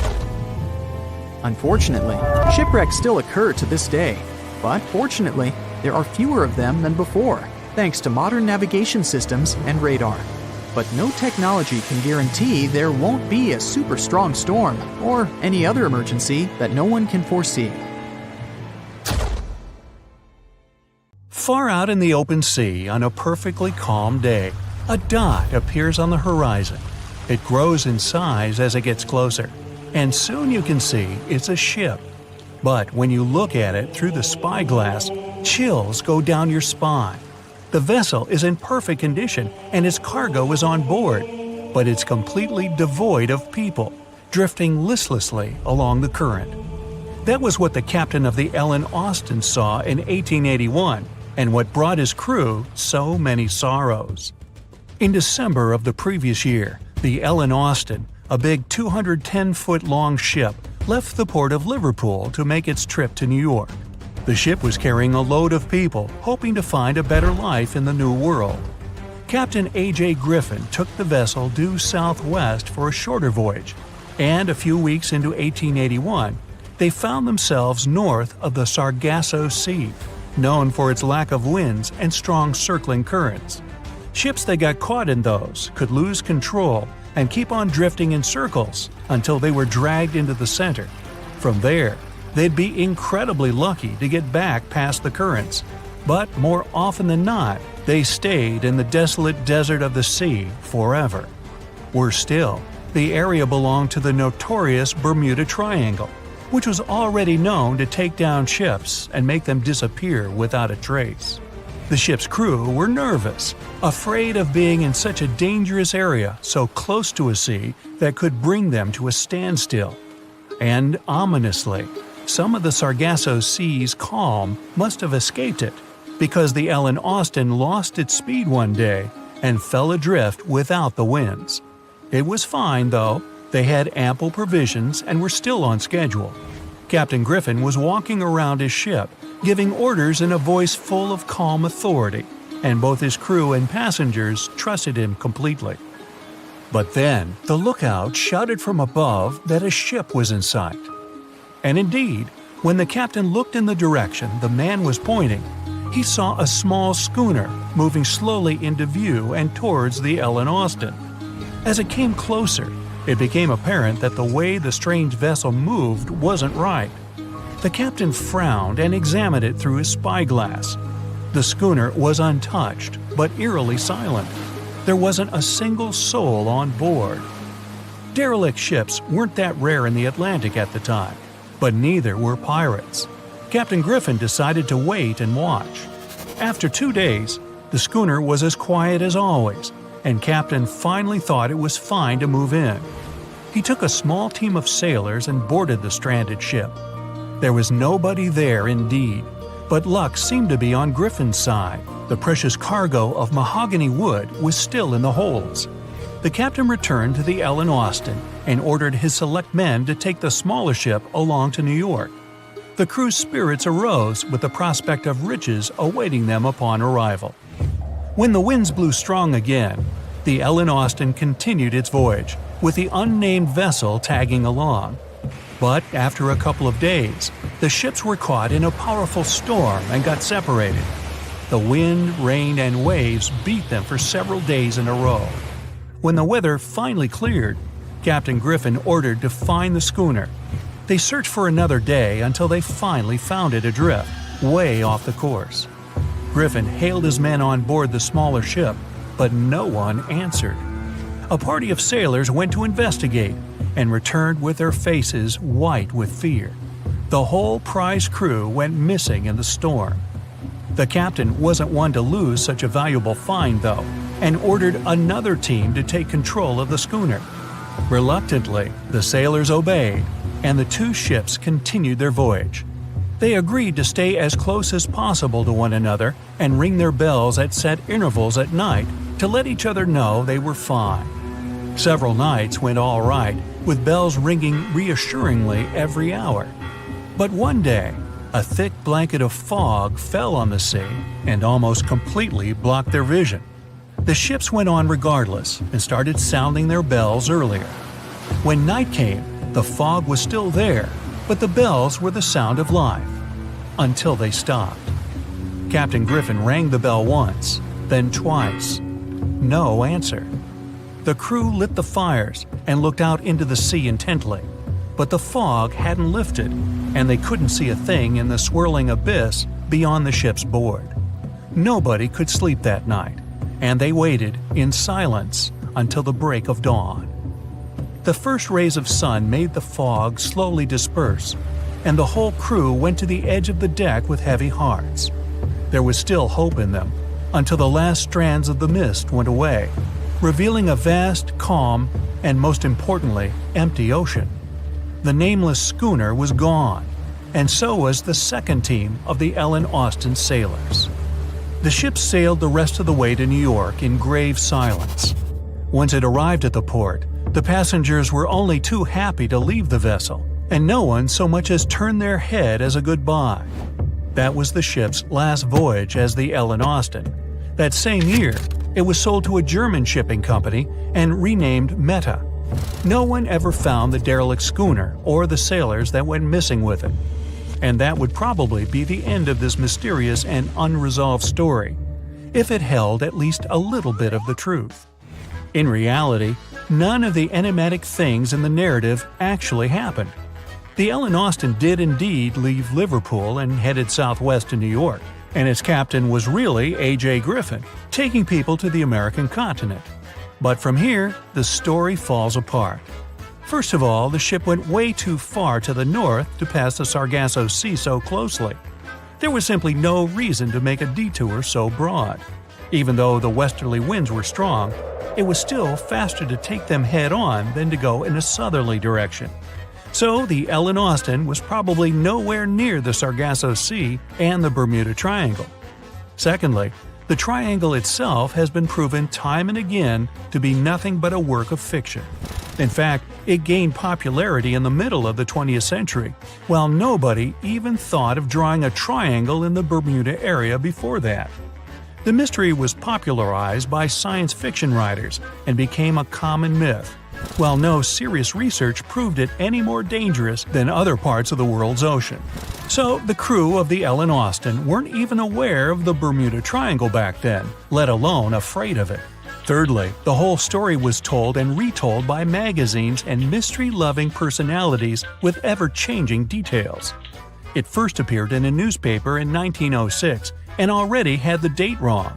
The article said the voyage took place in 1891 instead of 1881. Later, the story resurfaced in 1935 on the radio with the wrong name of the captain. It was Baker, not Griffin. The date was also off, saying the trip was taken in August 1881, when the Ellen Austin was already renamed Meta. The legend grew upon with other strange details, such as the ship's route from London to Newfoundland, which was never the case.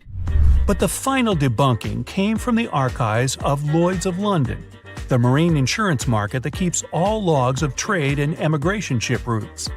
The documents there say that on February 1881, the Ellen Austin completed its cross-Atlantic voyage to New York without incident. Captain A.J. Griffin off-boarded the ship with all his crew hale and hearty and declared no loss of hands during the trip. The voyage took over 2 months because the ship had to fight strong westerly winds pushing it back towards Britain. The crew reported no strange encounters on the way, and the whole thing was as boring as could be. And even the passengers must have been smiling when they stepped on the American soil at last, unaware of the phony baloney story they were about to be a part of. A ship is traveling across the Atlantic Ocean when a storm starts. At first, the situation doesn't seem to be very bad, but soon, people on board the ship realize that the storm is intensifying. Waves are huge, and nothing can save the ship. It's starting to sink. On board, there's only one lifeboat. Sadly, it can only hold one person. The captain is in a terrible situation. He needs to decide which passenger can be given a chance to survive. Besides the captain, there are 8 people on board. Some of them seem to be lovely. Others look like villains. But you might not know the truth until it's too late. The first passenger is Alex, a 28-year-old talented artist. He's just had his first international exhibition and is boasting about that left and right. He claims to dream of inspiring the world with his art, but did I mention it's his shy twin brother who painted those masterpieces? And Alex just steals his shine? Next is 23-year-old Maria, who's 8 months pregnant. She's quite spoiled, often behaves unreasonably, and treats the staff on board badly. She's traveling home to her husband, but little does he know that the kid is not his, but his best friend's. And she's been cheating on him since forever. Though we can't let this innocent soul perish, can we? Despite his untidy appearance, this 65-year-old scientist, Professor Marcus, is a leading researcher in the field of gene therapy. He's working on a breakthrough that could save millions of lives, but there are skeletons in his closet too. It's been 15 years since anyone saw his wife, Judith. Does Marcus's scientific progress have something to do with the mysterious disappearance of his wife? Dr. Anna is 34 years old. She's a surgeon who saved hundreds of lives during natural disasters. She succeeded as a doctor, but failed as a parent. Her 3 daughters live with their dad and don't want to hear anything about their mother. 78-year-old Teresa is a widow whose family gave up on her because of her bad temper. She's traveling for the last time in her life to visit her late husband's grave. A little boy, Mark, is just 7 years old, but his unruly character has caused a lot of arguments between the other passengers. He's traveling alone since his parents are supposed to meet him on the shore. This brat's parents are too busy working, so he gets more and more uncontrollable. Who knows what he'll be capable of doing in 10 years or so? A robot android, Alpha 3, is also on board the ship. It has an artificial intelligence created to assist in expeditions. It can also control the ship in emergency cases. And the last passenger is Emily. This beautiful and charming woman is 30 years old. She lives off of powerful, old, rich men and has enough money to burn. She hasn't worked a single day in her entire life and just travels the world. To make his choice, the captain invites each of the passengers to listen to their stories. He asks each of them just one question. Why would you be the one to survive? Alex says, "You see, my art can inspire and change the world.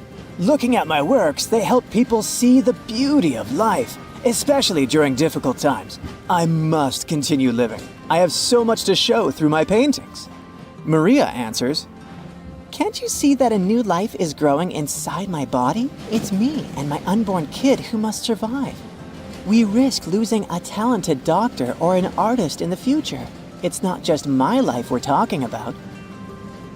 Professor Marcus says, "My work is not finished yet. It might save thousands of lives. I'm close to a breakthrough and I need to live to make it." Dr. Anna says, "My hands save lives. I have proven many times that I can do the impossible in extreme conditions. The world can't lose my skills and knowledge." The elderly woman begs, "Please, you must understand me. I might have lived a long life, but I want to see my husband's grave." Mark says, "I'm still a kid. My parents are waiting for me at home.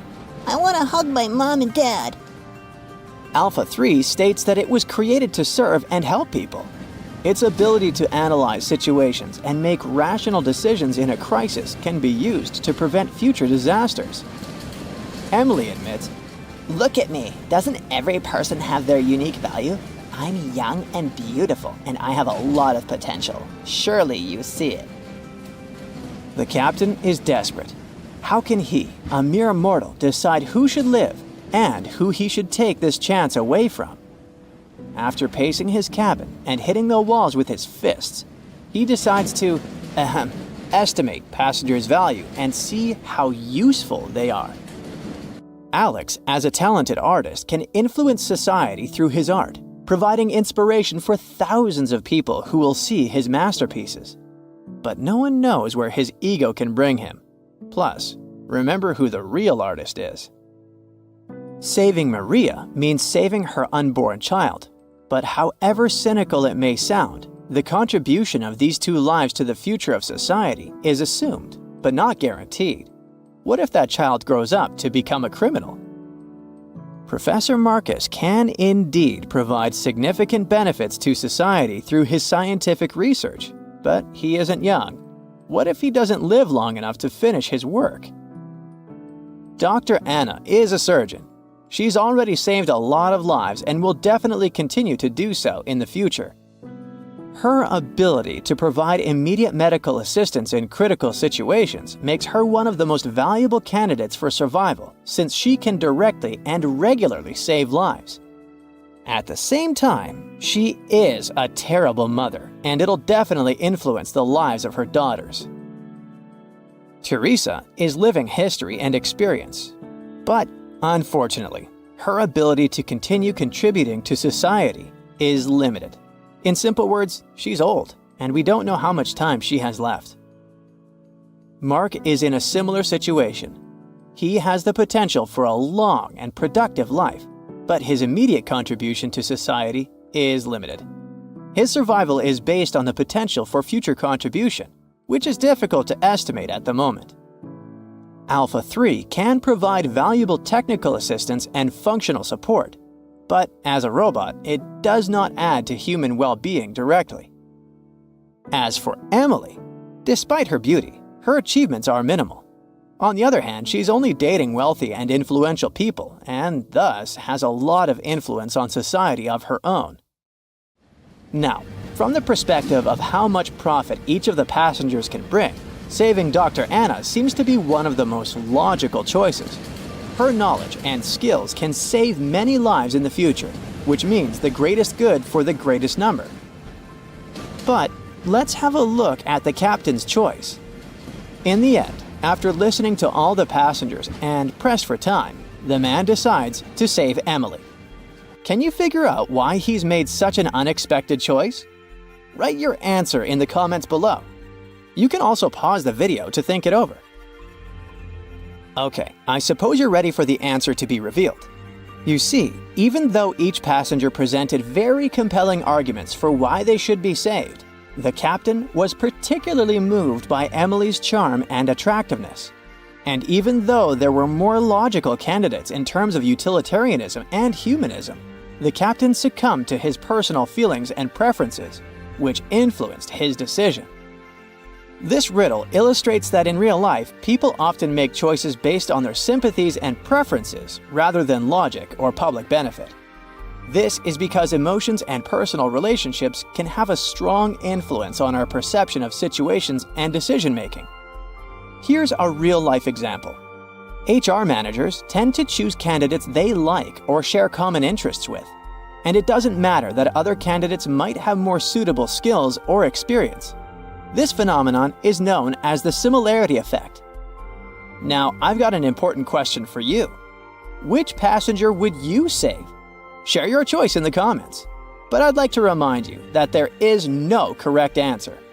The movie Jaws came out in 1975, and since then, people have been terrified of sharks.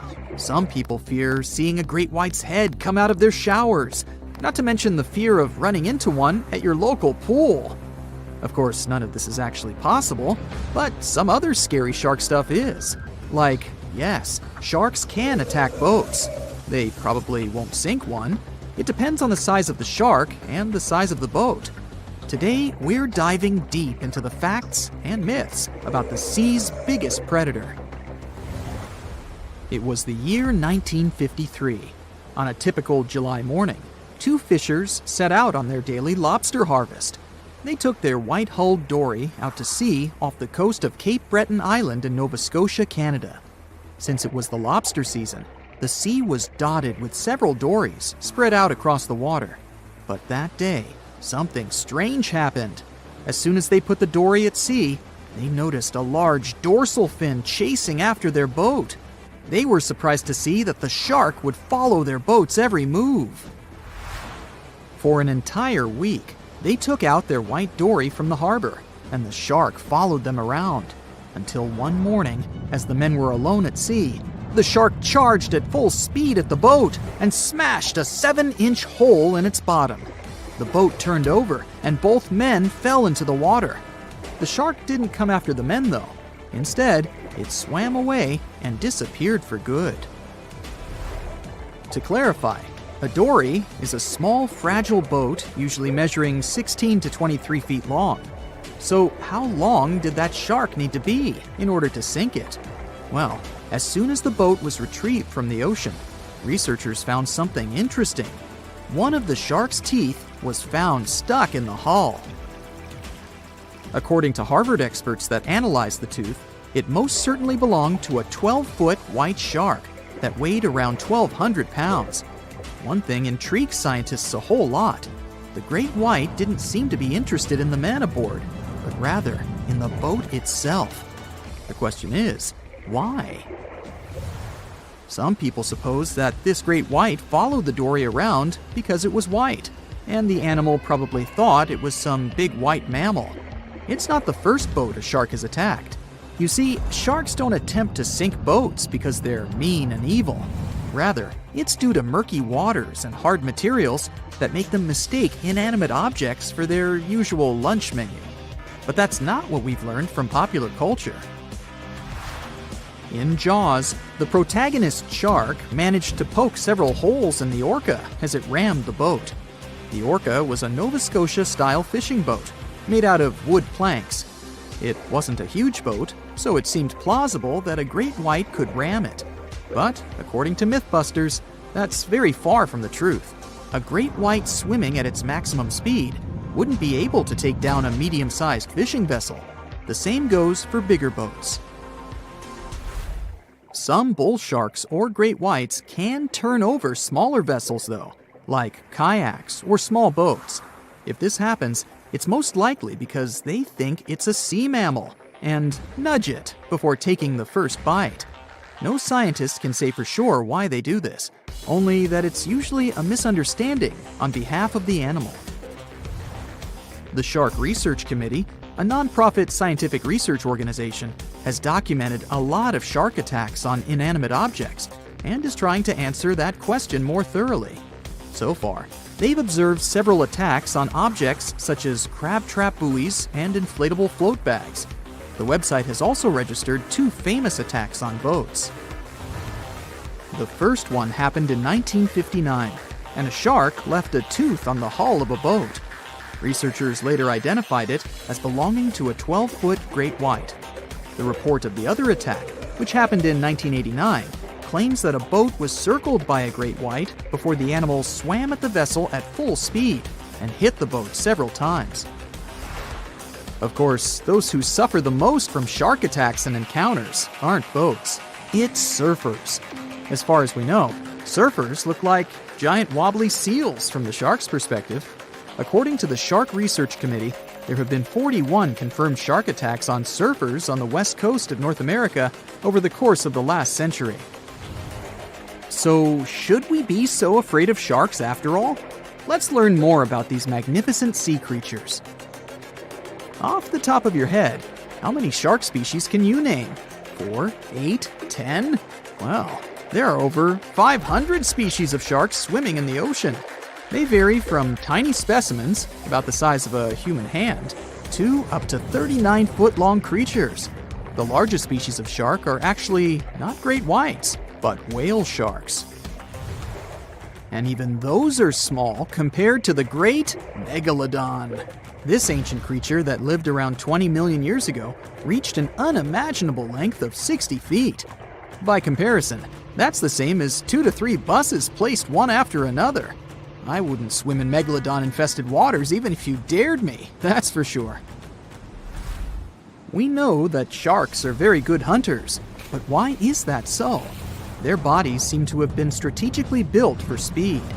Instead of having a bone skeleton, like us humans, sharks have a cartilage skeleton, which makes them much lighter and also super fast swimmers. Each species of shark hunts depending on its nutritional needs. So, shark species that grow to an average of 3 feet have a diet based on fish. The ones that grow bigger start feeding off of bigger sea animals, such as sea lions and seals. Throughout their lives, some species of shark can shed over 30,000 teeth.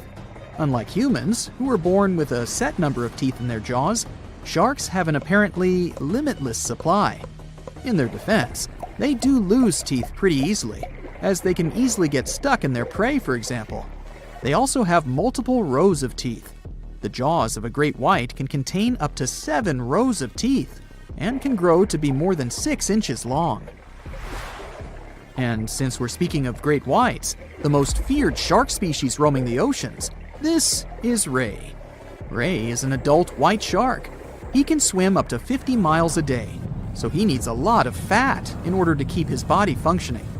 Funny thing about Ray, when he opens his jaws to hunt, his eyes roll back together with his head, so his sight is hindered when he's taking a bite.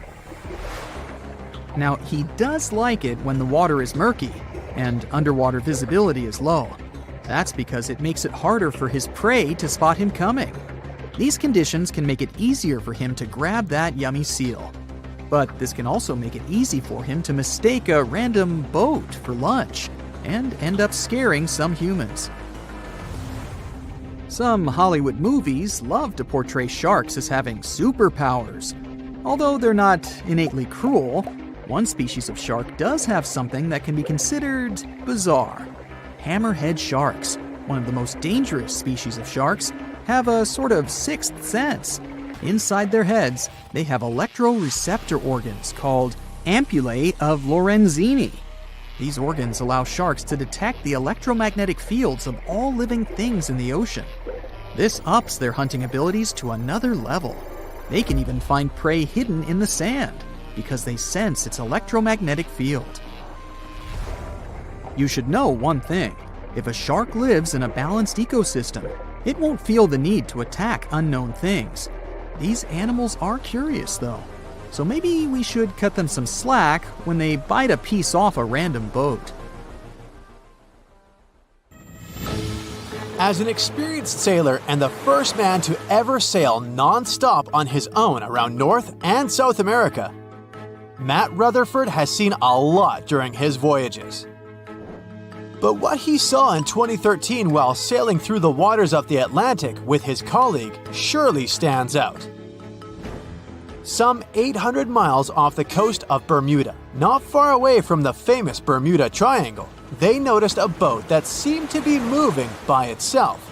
The sails weren't up and the motor wasn't running. The sailors decided to check if there was someone who needed their help aboard, so they moved closer to the mysterious ship.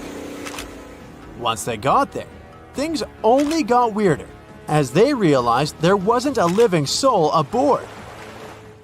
Rutherford started filming to document their discovery. The boat looked so awfully abandoned that they expected to find some pretty scary things in there. But it didn't stop Rutherford from searching the vessel. The boat, which turned out to be named Wolfhound, looked like an upscale one, probably costing hundreds of thousands of dollars. It was pretty weird to find it floating by itself in the middle of the ocean. It seemed like whoever abandoned it was leaving in a rush. There were clothes and other personal belongings all over the main cabin. Some parts of the ceiling had fallen and some drawers had popped open. The brave sailors decided to tow the ghost ship back to Bermuda. It wasn't easy because Wolfhound was bigger and heavier than their boat. After days at sea, the crew was running low on fuel and asked a passing freighter to stop and give them some gas. They kept pulling Wolfhound until the tow line got wrapped around the rudder and they realized they could get stranded in the Bermuda Triangle. So they had to abandon the ship. What really happened and how Wolfhound ended up in the middle of the ocean will probably remain a mystery. Rumor has it that it belonged to a member of the Royal Irish Yacht Club. The ship was going on its first voyage from Connecticut to Bermuda and then Antigua. It got in a terrible storm around 400 miles away from Delaware. The winds were so strong that the yacht suffered 2 knockdowns. A Greek cargo ship rescued the crew. They left the ship with an emergency beacon on. The rescued crew members shared that they saw the ship sink, which only adds more questions to the story. How did it get back to the surface? Does the Bermuda Triangle have anything to do with that? Christopher Columbus himself reported some unusual compass activity going on in this mysterious area while he was on his way to the New World. Despite the stories of more than 50 ships and 20 planes disappearing in the area, it remains one of the most heavily traveled shipping routes in the world. Some skeptics believe that this fact solves the Bermuda Triangle mystery. It could make sense because the busier the area, the more accidents happen there. But then again, it's not the number of disappearances that makes the place so mysterious. It's the lack of explanation and wreckage lost for good. The first ever confirmed ship to vanish in the Bermuda Triangle was the USS Pickering. In 1800, it departed from the US on its way to the West Indies. The ship sailed into the Bermuda Triangle along with its 90-man crew. No one ever heard anything from them ever since. The popular explanation is that the ship was taken out by a storm. But because no one found any wreckage, we'll never know for sure. The largest ship that has ever disappeared in this mysterious area was the USS Cyclops. In March 1918, carrying a crew of 306 people, the USS Cyclops left Barbados and headed home to Baltimore. The ship passed through the Bermuda Triangle on its journey and vanished into thin air, or rather, water. The Cyclops never sent any distress signal and disappeared without any explanation or trace. The Bermuda Triangle isn't the only place in the world where ships go missing or mysteriously resurface. One of the most famous ghost ship stories would be of SS Baychimo. The large cargo steamer was built in Sweden. On October 1st, 1931, it got caught in pack ice. The crew decided to wait it out and managed to break free after a couple of days, only to get trapped again in less than a week. This time, they didn't manage to make it out. A rescue team went by air to save 22 of the crew members. 15 other members stayed in a wooden shelter they built not far away from the ship. Their plan was to wait out the winter and get back aboard. At the end of November, a strong blizzard was rushing through the area. When it was over, Baychimo seemed to have gone away with the storm. The captain decided it must have broken and sunk, but a few days later, a local hunter informed them that he had seen the ship around 45 miles away from their camp. The crew managed to find the ship and took the most valuable cargo from its hold. They had fears that Baychimo wouldn't live through that rough water, but it did manage to survive after all. Once the ice was gone, it floated away and ended up drifting along the shores of Canada and Alaska. Many people reported seeing the ghost ship in an open sea. Some even tried to board it to save the ship, but the weather didn't allow it to happen. The last time someone saw SS Baychimo was in 1969, 38 years after its crew had left it. It could still be drifting somewhere in the ocean. The story of MV Joyita happened in the South Pacific. The ship was originally a wooden luxury yacht. After serving for 20 years to various owners, it became a merchant ship. In 1959, it set on a trading voyage that was supposed to last around 2 days. When it didn't reach its destination on time, no one was worried at first, as things happen in the open waters. After another day, and no distress signals from the Joyita, it was obvious that something serious was going on with it. There were 25 people aboard, and their families wanted to find them. A search and rescue crew worked for 6 days looking for the ship, or at least its wreckage, in an area of nearly 100,000 square miles. That's 1.5 times as big as Florida.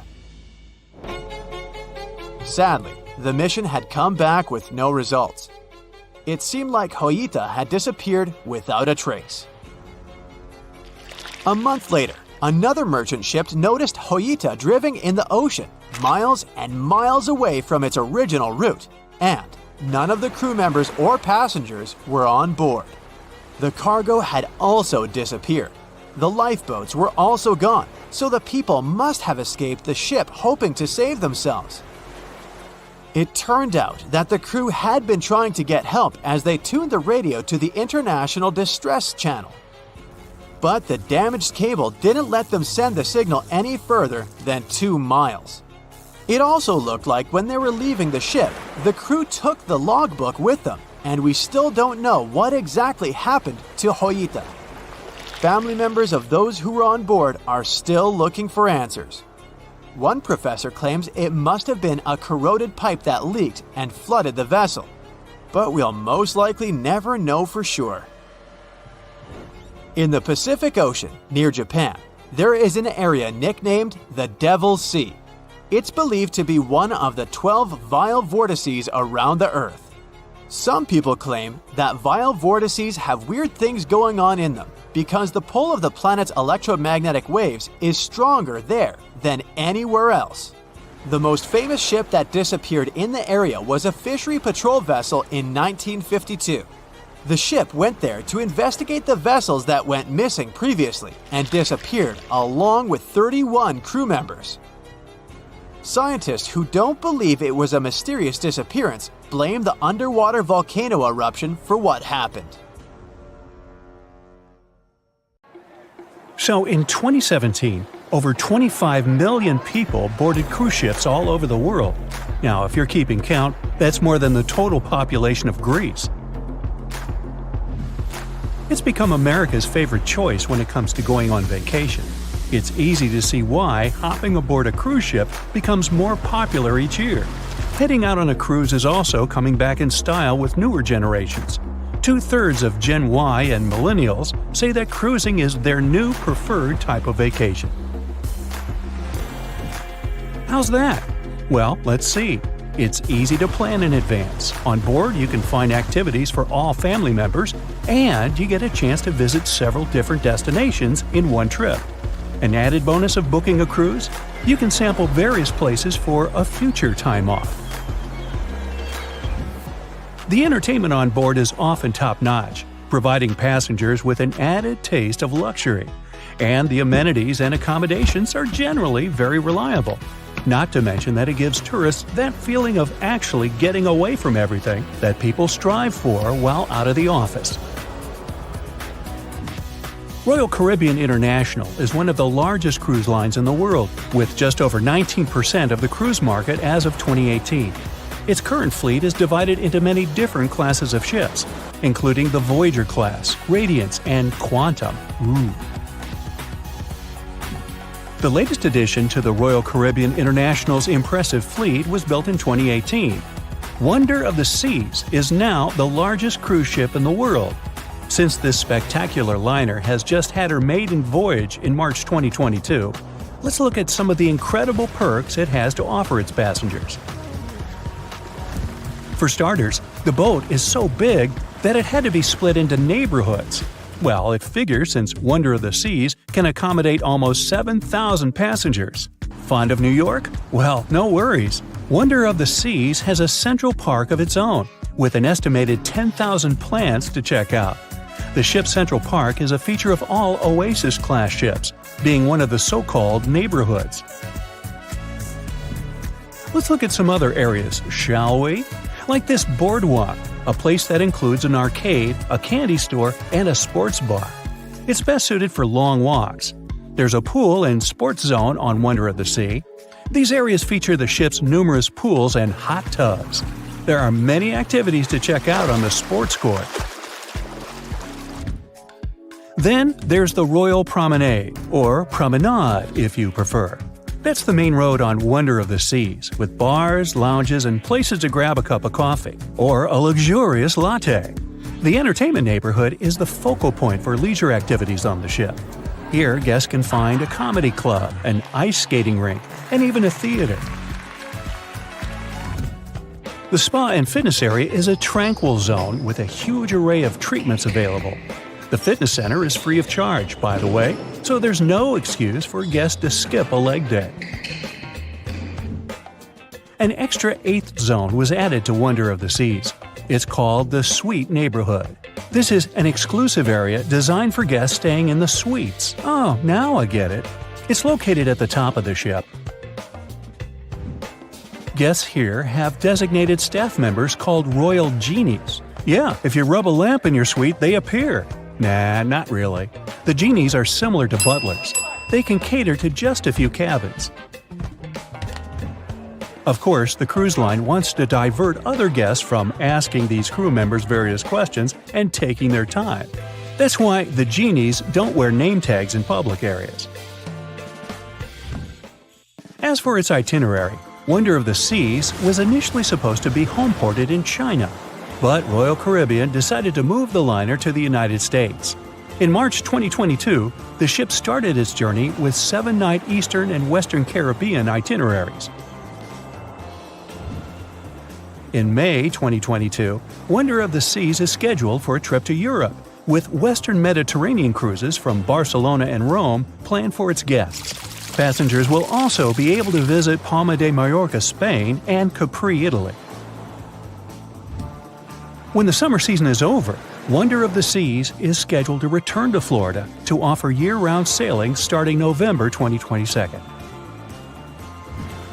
And by the way, there is no truth to the rumor that a special cruise only for highly allergic and hay fever sufferers will be called the Wonder of the Sneeze. Nope, not at all.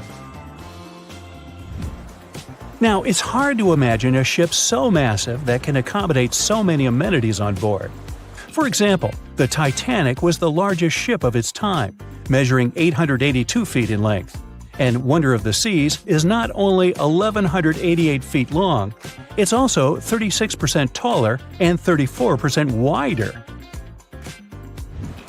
Speaking of lifeboats, which I am about to, Titanic had a mere 20 lifeboats on board, which was tragically not enough to fit all the passengers after the ship hit the iceberg. But Wonder of the Seas has an even smaller number of lifeboats, 18 to be precise. Sounds weird and dangerous? Well, not really, given that each of these lifeboats can accommodate up to 370 people. It means that all the passengers and crew members, an estimated 8,000 people if fully booked, are going to be safe in case of an emergency. If we could somehow have a race between the two ships, well, Titanic was in fact the faster ship out of the two, beating Wonder of the Seas by 1 knot per hour. Cruise ship passengers today are more interested in the experience rather than the speed of the boat itself. That's why how fast a ship can travel is not an extremely important aspect nowadays. In terms of costs, Titanic cost around $7.5 million at the time of its construction. It's the equivalent of about $200 million today. How about Wonder of the Seas? Well, it cost a staggering $1.35 billion to build, making it 6 times more expensive than the Titanic. How about we compare ticket prices? Well, in this case, the least expensive ticket on Titanic was £7. It's about $1,000 today. The cheapest ticket on Wonder of the Seas is currently $423, but prices may vary depending on the location, season, itinerary, and how much you tip your royal genie. And I know you were going to ask, how about icebergs? Well, Titanic steamed in the frigid North Atlantic, where you had to be on the lookout for those. Wonder of the Seas will be cruising the balmy Caribbean, where the worst thing you can hit on is 17 and blackjack. Oops, busted. Anyway, set side by side with its other sisters from the Royal Caribbean Fleet, Wonder of the Seas is equally as impressive. The company's earliest ships could host about 2,500 people. This included passengers and the staff. Such ships were Splendor of the Seas, Legend of the Seas, and the smallest of them all, Thumbelina of the Seas. No, wait, that should be Empress of the Seas. Oops, my bad. The largest ships in the company's fleet can now house about 9,000 people altogether. That's almost 3 times the size and capacity of the earlier liners. Wonder of the Seas is one of them, as well as Harmony of the Seas and Symphony of the Seas. Are you seeing a pattern here? Yup, if you ever encounter a ship with Of the Seas in its name, it's safe to assume it belongs to Royal Caribbean. But if it's a can of tuna, it might actually be Chicken of the Sea. Hey, I like tuna. Now, choosing between cruise ships based on their size is like wondering if you should visit your local museum or the Louvre in Paris. It all depends on your preferences. Some families prefer small settings. Others are fan of large spaces that can provide everything they need. Historically, it's equally as exciting how far we've come in terms of maritime transportation. The SS Royal William, for example, was the first boat to ever make a transatlantic voyage almost entirely steam-powered in 1833. And it was a mere 160 feet long and could house roughly 155 passengers. And if the seas were calm, then they were housed less roughly. Similarly, the first modern megaship in the world was the MS Sovereign of the Seas. Launched in 1987, it was only 888 feet long and could carry a little under 3,000 passengers. Size and capacity are not the single improvements added to newer cruise ships out there.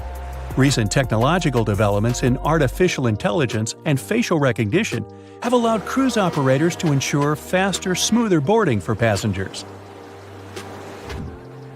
If, in the past, it took from 60 to 90 minutes for all passengers to board a ship, nowadays, cruise ship operators manage to get people comfortably settled in less than 15 minutes. Now, I'm sure you're already eager to book a ticket, but let's look into some of the more interesting activities you can try on board Wonder of the Seas. This way, you'll know what you're getting yourself into.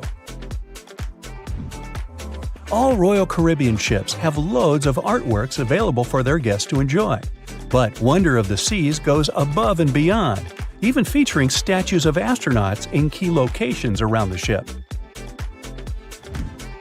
You'll find the first astronaut looking through the glass at the promenade, while a second one is busy rock climbing at the boardwalk. The third and last astronaut is more of a movie fan. This statue can be found near the movie screen sitting area. Going astronaut sightseeing is proving to be quite the experience among guests. In the areas with no access to sunlight, Wonder of the Seas features virtual balconies. In case of bad weather, guests can still have a feeling of the outdoors, but without having to hide from wind or rain. Teenagers have a place of their own reserved on the ship. There's a special club with a private hot tub, selfie area, games, and comfortable seating. The inside part of this club features a vending machine, an interesting collection of literature, and tables for foosball. Well, sign me up. April 1912 marked one of the most terrible tragedies in the history of the world. The most unsinkable vessel, the pinnacle of engineering at that time, the huge Titanic, sank. On that dark, moonless night, the ship had many chances to save its passengers. There was another ship just a few miles away that could have saved the Titanic, but it didn't.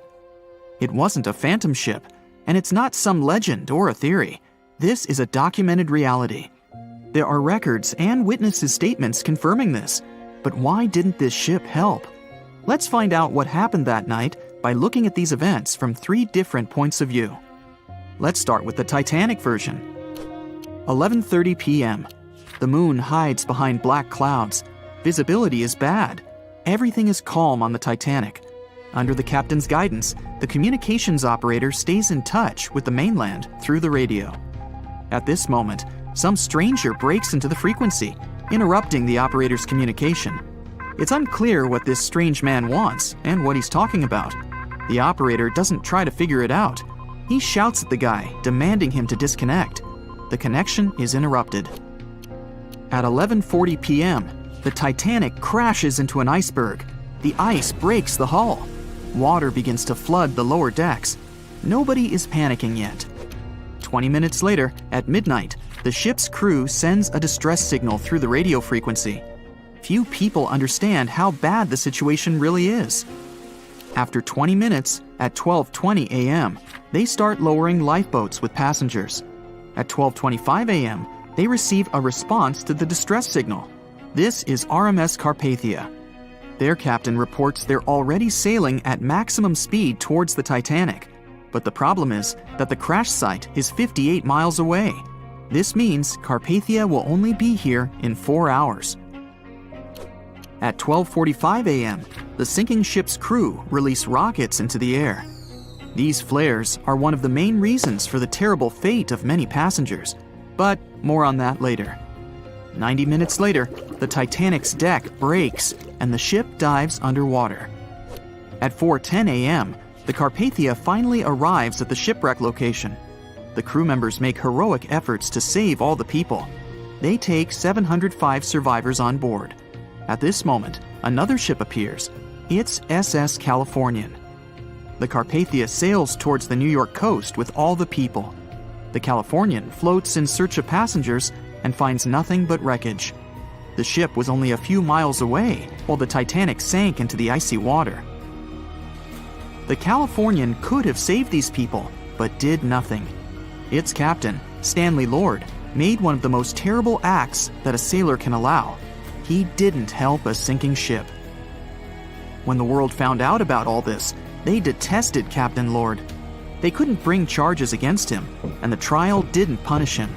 But his career was ruined entirely, as no other ship company would hire him. Despite this, he never confessed he had been guilty. Before he passed away, the captain said it hadn't been his fault. If this was true, then what happened there? This brings us to the Californian version. It's the night of April 14th. The Californian is sailing in the cold waters of the North Atlantic. The ship gets into a section with a lot of icebergs. At 10:10 p.m., Captain Lord stops the ship. It's too dangerous to move around this area, as they can damage the hull. At 11 p.m., the ship starts drifting. It's impossible to move in such conditions with such poor visibility. The captain knows that the Titanic is coming here, so he orders the radio operator to warn the ship about the danger. Radio operator Evans turns on the receiver and tries to contact the Titanic. He spends about 30 minutes on it. The connection is finally established. At this moment, the Titanic radio operator is speaking with the mainland. Evans interrupts this conversation and tries to warn the ship about icebergs. The operator doesn't understand Evans' words. He's annoyed because Evans broke into the channel so brazenly. He shouts at Evans and cuts the connection. Tired, Evans turns off the receiver and informs his superiors about the incident. It's still a mystery how the captain reacted to this news. He probably thought the Titanic knew about the danger. He lets Evans go to bed. If Evans hadn't turned off the radio and waited 1 hour, he would have heard a distress signal from the Titanic. But you shouldn't blame him. At this point, he has no official reason to stay at the transmitter. Evans is too exhausted and can't fight drowsiness. So, Evans goes to bed. The Titanic begins to sink. Its captain sends a distress signal. The operator on board the Carpathia catches it, but the Californian doesn't, since the receiver is turned off. Captain Lord can't sleep. He feels that something is wrong. Meanwhile, the Titanic is rapidly sinking under the water. The captain gives the order to launch rockets into the air. And here is where one of the critical mistakes takes place. They release warning lights, but they are not red. The crew forgot to take red rockets on board for some reason, so they lit up the sky with a bright white light. If you need to send a distress signal, you need to release red lights. Captain Lord sees these lights, but doesn't perceive them as a cry for help. It can't be that there are no standard red rockets on such a massive ship as the Titanic. But, unfortunately, it can. Captain Lord thinks the Titanic is sailing away. Perhaps there is some unknown reason behind those white lights, but he doesn't really know. So, Captain Lord has no idea that the Titanic is sinking. He still decides to contact the ship, but this time, not through radio communication. Captain Lord doesn't wake up the vacation seriously. They didn't understand the value of this technology. That's why Captain Lord doesn't wake up Evans. He sends light signals, but the Titanic doesn't respond. Many survivors later mentioned seeing the flashing lights of the Californian, but there was nothing they could have done.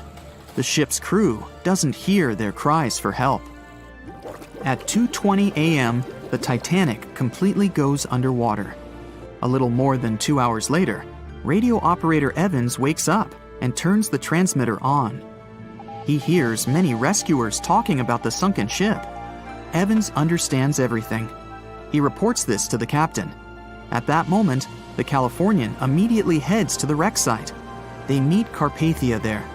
With the survivors on board, it sails towards New York. The Californian stays sailing and looking for people. They find nothing but wreckage. The Californian returns to the mainland. The news about the ship that could have saved the Titanic is spreading all over the country. The trial begins. Captain Stanley Lord and the crew tell their version. They say their ship had been standing still. Many people don't believe them, and some of the surviving passengers claim to have seen the Californian sailing by. Still, the judge declares them innocent. 1962. Captain Stanley Lord is a very old man. He calls a notary to confess something. The captain makes his last remark about this case. He swears he's not guilty. But if it wasn't the Californian sailing past the Titanic at that moment, then what? The Samson theory could answer that question for us.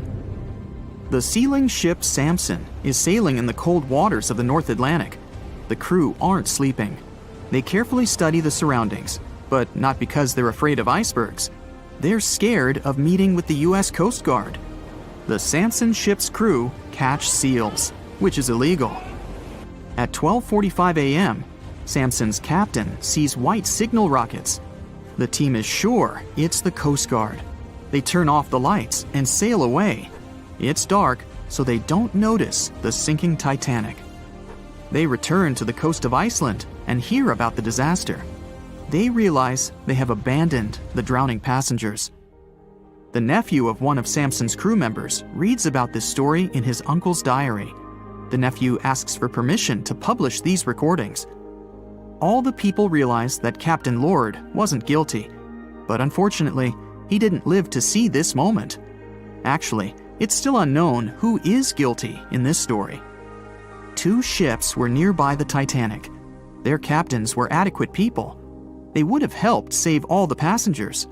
Their fault was that they couldn't understand what the Titanic wanted on that dark night. Someone forgot to put red flares in the box. This small but fatal detail was one of the leading causes of the tragedy. The Bermuda Triangle is one of the most heavily traveled shipping routes in the world. Some skeptics believe that this fact solves the Bermuda Triangle mystery. Statistically, the busier the area, the higher the frequency of accidents and disappearances. While this makes sense, it's not the frequency of disappearances that's responsible for the mystery of the Bermuda Triangle. It's the lack of explanation or wreckage found. On his very first voyage to the New World in 1492, Christopher Columbus sailed through the Bermuda Triangle. Columbus reported that one night, when he was on the deck of the ship, he noticed a giant light appear in the distance, unlike anything he'd ever seen before. Columbus looked at his compass for direction, and it gave off erratic readings. You might have noticed that the Bermuda Triangle doesn't appear on any world map. This is because official institutions refuse to acknowledge that the area actually exists. No one exactly knows how many ships and planes have disappeared in the Bermuda Triangle. The rough estimate is 50 ships and 20 planes. Most of the time, the disappearances had no explanation and no wreckage has ever been left behind. When the TBF Avenger planes went missing, a massive search operation was conducted. Boats and planes searched the Bermuda Triangle for any signs of the aircraft. One of the boats searching was a PBM-5 Mariner airboat. The airboat took flight at 7:27 p.m. and called in a routine radio message 3 minutes later. Then, it was never heard from again. No trace was ever found of the rescue airboat or the 5 Avenger aircraft. A huge investigation was launched into the disappearance of all these vehicles, but nothing was ever discovered. The Bermuda Triangle is home to some pretty intense and unexpected weather. Storms build up quickly and unexpectedly, then disappear soon after. If you blink, you might miss it. This could explain why few distress signals are issued. Pilots and sailors never saw the weather coming. A popular theory suggests that rogue waves are responsible for the many disappearances. Rogue waves are called extreme storm waves by scientists. They occur when different weather patterns take place at the same time and cause large unexpected waves that reach up to 100 feet tall. Witnesses say that the waves look like giant walls of water. These waves could explain why ships go down fast and without leaving any trace. Just off the coast of Japan, you'll find the Bermuda Triangle of the Pacific Ocean. They call it the Devil's Triangle. Between 1950 and 1954, 9 ships disappeared in this area without leaving a trace. The ship Kaiomaru 5 was sent to investigate these unexplained disappearances when it also vanished. After this incident, the Japanese authorities labeled the area as a danger zone, and sailors were encouraged to avoid it. Some people blame all disasters on the extraterrestrial paranormal activity. Others suppose it's all about raging natural phenomena.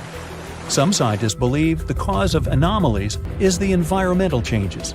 Also, there's a really high concentration of methane hydrates on the bottom of the ocean in the Pacific Bermuda area. This gas tends to set off, and when it happens, bubbles start forming on the surface of the water. These gas eruptions can interrupt the ability to float and can easily sink a ship. Because of this chemical reaction, there won't be even a trace left. Underwater volcanoes are said to be another possible explanation for the Japanese Dragon's Triangle. In fact, they can take down even small islands. Luckily, nobody lives there. It's a pretty common thing in this area that some of them disappear underwater and others appear out of the blue because of seismic activity. You'll never find the Dragon's Triangle on any official map of the world, so nobody's quite sure about how large it is in reality. In July 2015, 2 teenagers disappeared after setting sail off the coast of Florida. There's some mystery about what the 2 teens were really getting up to. They told their parents that they were just going to fish, but they told their friends that they were crossing to the Bahamas. Shortly after they left, a line of thunderstorms moved towards the area, and the boys were never heard from again. A massive search was conducted, but sadly, nothing was found. 1 year later, the pair's boat was found off the coast of Bermuda with a broken iPhone and some personal effects left inside. One of the most popular and bizarre theories trying to solve the Bermuda Triangle mystery comes from Charles Berlitz. He insists that the area is home to the lost city of Atlantis. The missing ships and planes and malfunctioning equipment, according to him, were all caused by rays of energy let out by the special energy crystals that power Atlantis. While this sounds silly, Berlitz's theory was convincing enough that over 20 million people bought his book worldwide. Previously, the compass wouldn't work well in the Bermuda Triangle since the lines of the 2 poles coincided here, true north and magnetic north. But if you fall into this line, your compass will behave strangely. But the magnetic north is constantly shifting, and now it's far beyond the triangle. No legend says pirates of the last centuries operate in the Bermuda Triangle, or that the Flying Dutchman makes other ships disappear. A popular theory is that ships travel to the distant past or future through a time portal in the Bermuda Triangle. Fortunately, these are all myths. Just imagine hundreds of giant tentacles reaching out to a group of ships sailing through the Bermuda Triangle. In the past centuries, they could easily sink an entire fleet, since the ships were made of wood and were lighter. Squids wrapped decks with their strong tentacles, made holes in the ship's hulls with their sharp beaks. Toothy suction cups could break the masts and tear the sails. The water was filling the holds and slowly rising to the deck. The ship sank in a matter of minutes. Survivors reached the shore and told everyone about huge monsters. This is how the legends of the Kraken appeared. Fortunately, now people have sonars and equipment for monitoring the sea space. They say the main reason why this place is so enigmatic must be the magnetic fields that form this ominous triangle. Ocean floor is made of rocks containing a lot of magnetite. It's more like iron. Magnetic fields react to the high concentration of magnetite on the ocean floor, which may start a sort of conflict between the two. It can often lead to various weather anomalies and, as a result, navigation issues. And naturally, any changes in the ocean floor or the Earth's magnetic fields influence the Bermuda Triangle a lot. Magnetic fields tend to shift their position, so do tectonic plates and even the continents, even though we never notice it. The skies are usually very clear there, but back in 1883, some people witnessed abnormal things in the area. Some claim to have seen large blocks of ice falling from the skies, and the crew even managed to save one as hard proof. Seems like the Bermuda Triangle has an alternate not only on Earth, but even in space. Spacecraft usually don't disappear into thin air, though, like there's no air. This anomalous area is really large and stretches right above the South Atlantic. It occupies the area from Chile to Zimbabwe and sits right at the point where Van Allen radiation belts are the closest to the surface of our planet. The Earth has 2 such belts, which come in handy trapping the particles that shoot in from the sun. They do a great job protecting the Earth from radiation. The magnetic field there is lower, so it allows the Earth's radiation belt to come closer to the surface. Whenever a satellite passes by, it will be exposed to radiation which might lead to serious damage. So, no satellite can take pictures of it. The South Atlantic anomaly is part of the Earth where natural radiation just flows out of control. Still, there is little evidence that all these triangles are really dangerous. Many believe the Bermuda Triangle itself has been proven time and again to be nothing but a work of fiction. In fact, some shipwrecks, such as the Ellen Austin, gained popularity in the middle of the 20th century, while nobody even thought of drawing a triangle in the Bermuda area before that. The mystery was popularized by science fiction writers and became a common myth, while no serious research proved it any more dangerous than other parts of the world's ocean. So, the crew of the Ellen Austin back in 1881 weren't even aware of the Bermuda Triangle back then, let alone afraid of it. What do you think?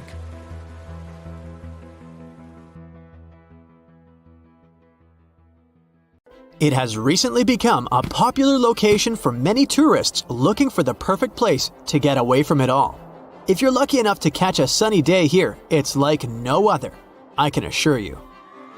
Chances are, you'll end up having loads of foggy days, but let's be honest, they have a special allure of their own. This enchanting smile-shaped island is called Sable Island.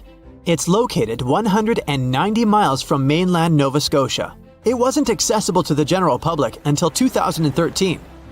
That's when it was added to the list of National Parks of Canada. You can get here either by plane or by water. But what's so enchanting about this place anyway?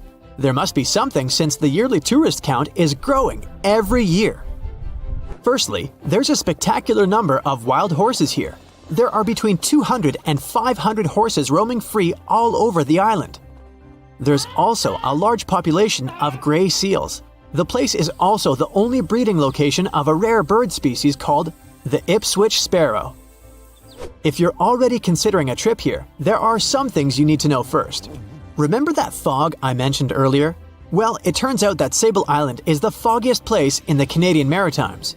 I'm talking about approximately 127 foggy days each year. During such days, Sable Island literally disappears underneath a thick layer of fog. You won't be able to explore the place on your own either. The local regulations state that visitors need to travel within a group, and they also need to keep a 197-foot distance from the wildlife they can encounter here. As charming as this place may be, it holds a dark secret hidden beneath the sandy dunes, and it has nothing to do with beautiful creatures living here or the island's unique vegetation. Apart from being known from its horses and seals, Sable Island is infamous for an overwhelming number of shipwrecks. Over the years, about 350 ships have ended their lives here, on these sandbars. When survivors described their experiences, they usually mentioned harsh weather conditions near this mysterious island. The island also made its way into literature when it was described in a book called The Perfect Storm, which was written by Sebastian Junger and published in 1997. The book was so successful that it was later adapted for the big screen in 2000, with George Clooney playing the leading role. The first recorded shipwreck near Sable Island dates back to 1583.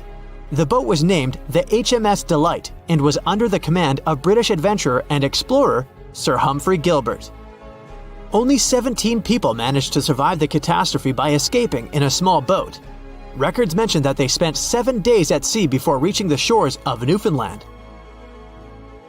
In 1884, another vessel named the Nicosia struggled in the thick fog as well. The ship was completely destroyed, but fortunately, all 18 crew members managed to survive. The captain's son was almost lost at sea when a lifeboat capsized when he was climbing into it.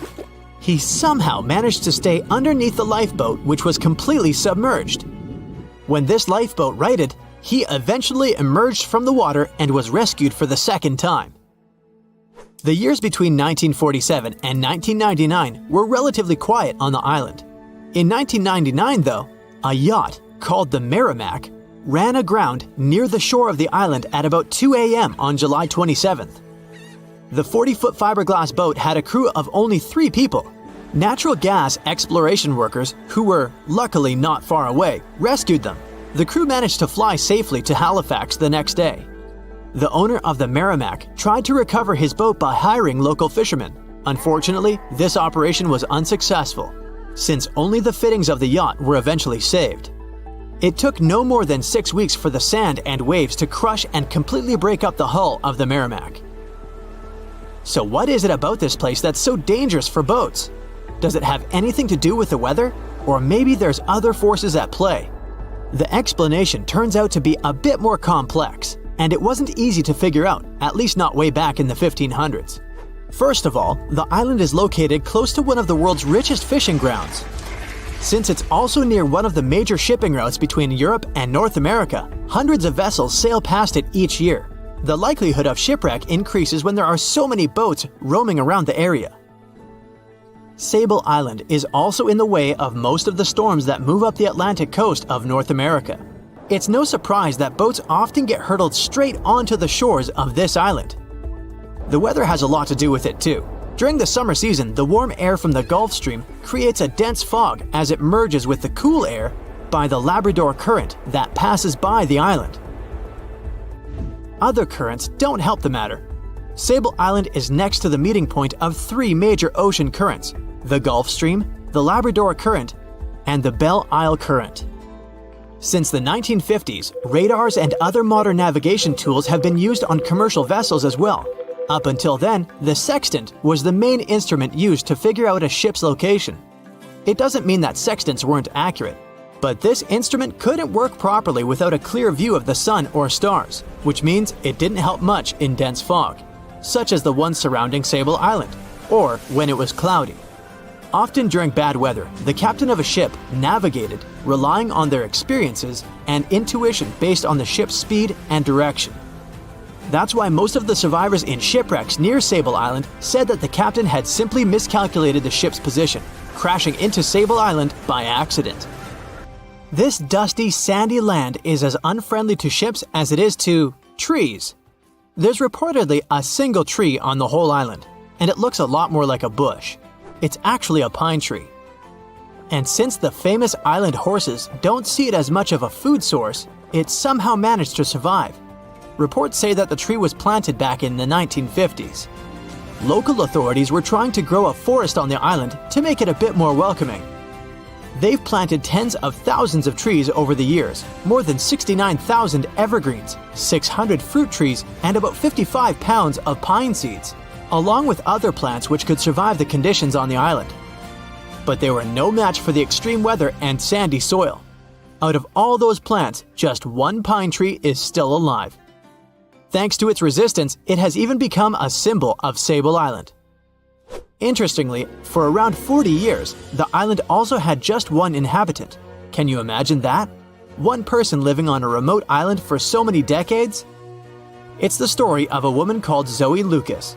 She chose to surround herself with the only residents on the island: the horses, the gray seals, and the many species of birds. An esteemed naturalist, she mentioned in an interview she gave back in 2017 that she was used to living on the island and that she never got lonely. To survive here, she had to put together an essentials kit. It included a notebook to take notes and a pair of binoculars to study the wildlife. You can safely assume she wasn't scared of the intimidating surroundings, since she decided to eventually call this place home. At first, Zoe wanted to set up camp on one end of the island, near some abandoned buildings. But eventually, she settled in a wooden house near a bunch of sand dunes. A Canadian institution called the Meteorological Service of Canada put together the simple construction back in the 1940s. Parks Canada operates the building these days. Zoe's work included gathering as much data on the local horse population as possible. It could help scientists better understand how they managed to adapt to the unfriendly environment. She also helped gather the debris that made it to the shore to help track pollution levels. Among all the rubbish that she collected, there was a refrigerator and a crate full of fresh peppers. Some other specialists eventually started working rotating shifts on Sable Island to offer the brave woman a little bit of company now and then. In 1945, 5 TBF Avenger aircraft took flight for a routine training exercise around the Bermuda Triangle. In the middle of the exercise, the planes were struck by intense rain and heavy winds, despite the clear weather forecast. The pilots became extremely disoriented and radioed the base to report that their navigational equipment had stopped working. The last thing the base heard was, "When the first plane drops below 10 gallons, we'll all go down together," and then static. The 5 planes and their 14 crew members were never seen or heard from again. On his very first voyage to the New World in 1492, Christopher Columbus sailed through the Bermuda Triangle. Columbus reported that one night when he was on the deck of the ship, he noticed a giant light appear in the distance, unlike anything he had ever seen before. Columbus looked at his compass for direction, and it gave off erratic readings. You might have noticed that the Bermuda Triangle doesn't appear on any world map. This is because official institutions refuse to acknowledge that the area actually exists. A popular theory suggests that rogue waves are responsible for the many disappearances. Rogue waves are called extreme storm waves by scientists. They occur when different weather patterns take place at the same time and cause large unexpected waves. Witnesses say that the waves look like giant walls of water. These waves could explain why ships go down fast and without leaving any trace. The Bermuda Triangle is home to some pretty intense and unexpected weather. Storms build up quickly and unexpectedly, then disappear soon after. If you blink, you might miss it. This could explain why few distress signals are issued. Pilots and sailors never saw the weather coming. No one knows exactly how many ships and planes have disappeared in the Bermuda Triangle. The rough estimate is 50 ships and 20 planes. Most of the time, the disappearances had no explanation and no wreckage has ever been left behind. Another bizarre theory trying to solve the Bermuda Triangle mystery comes from Charlie Berlitz. He insists that the area is home to the lost city of Atlantis. The missing ships and planes and malfunctioning equipment, according to him, were all caused by rays of energy let out by the special energy crystals that power Atlantis.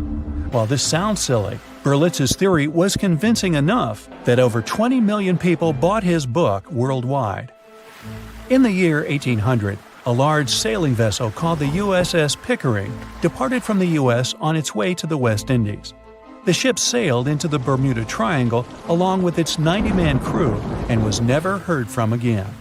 The USS Pickering was the first ever confirmed ship to vanish in the Bermuda Triangle. It's believed that the ship was taken out by a storm, but because no wreckage was ever found, we'll never know for sure. When the TBF Avenger planes went missing, a massive search operation was conducted.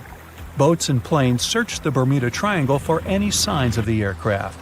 One of the boats searching was a PBM-5 Mariner airboat. The airboat took flight at 7:27 p.m. and called in a routine radio message 3 minutes later. Then, it was never heard from again.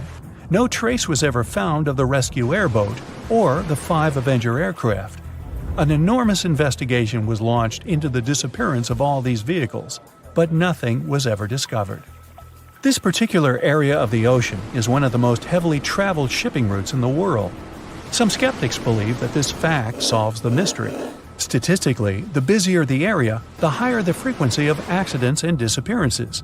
While this makes sense, it's not the frequency of disappearances that's responsible for the mystery of the Bermuda Triangle. It's the lack of explanation or wreckage found.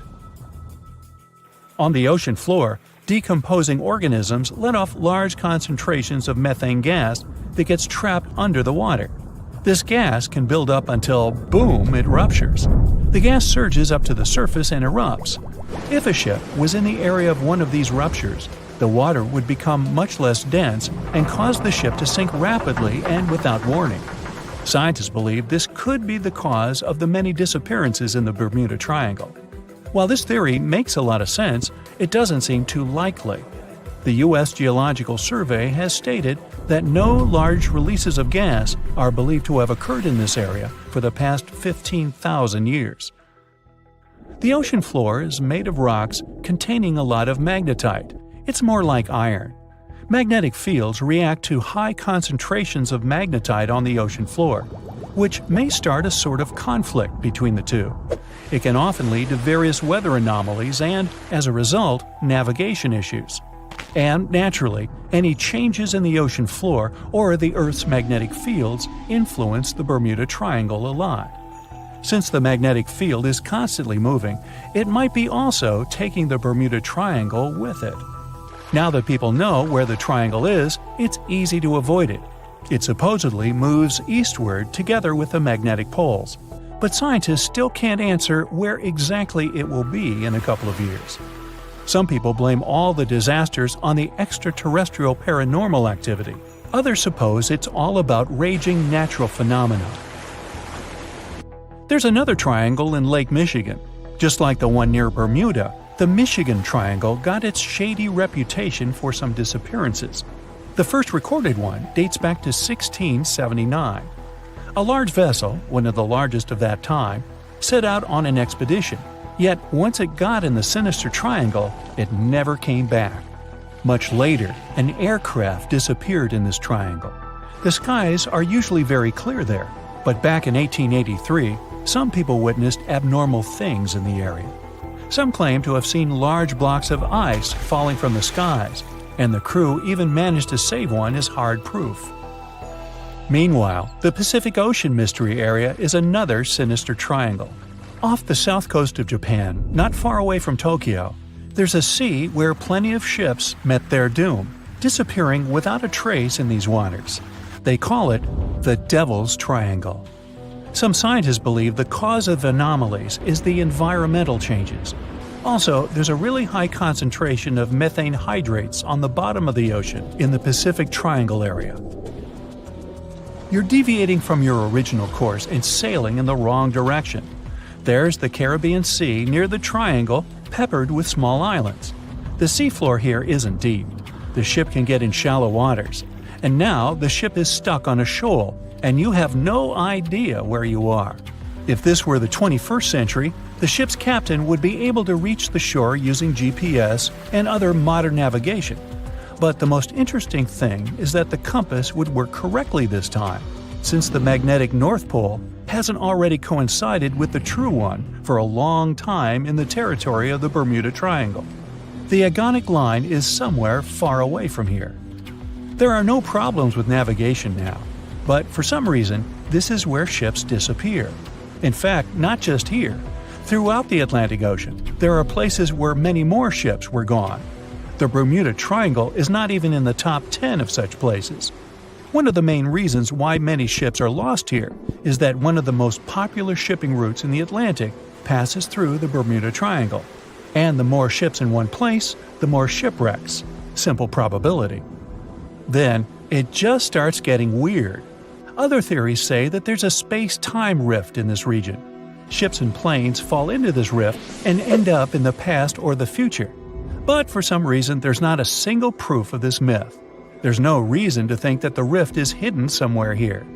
The base of an extraterrestrial civilization is located in the Bermuda Triangle. Visitors from other galaxies steal sea vessels along with the crew, so no one finds the wreckage of the ships. This is also a popular myth that has no scientific justification. The Kraken lives somewhere in the triangle.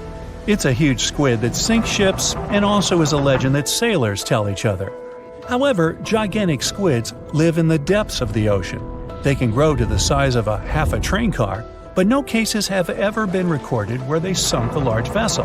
And in the area of the Bermuda Triangle, they have never ever been seen. People in the past didn't know about the existence of these creatures, so when they saw them for the first time, they described them as huge, terrible monsters.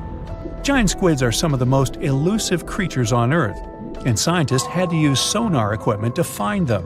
They don't like to leave the dark depths and are likely to be afraid of the sound of any ship. So, that should squash the squid as a suspect. The year was 1854, and the SS Arctic, the fastest passenger liner of its time, set out to cross the Atlantic. As it sailed through the misty veil, it slowly disappeared into the unknown. The Collins Line, an American shipping company, was started in 1818.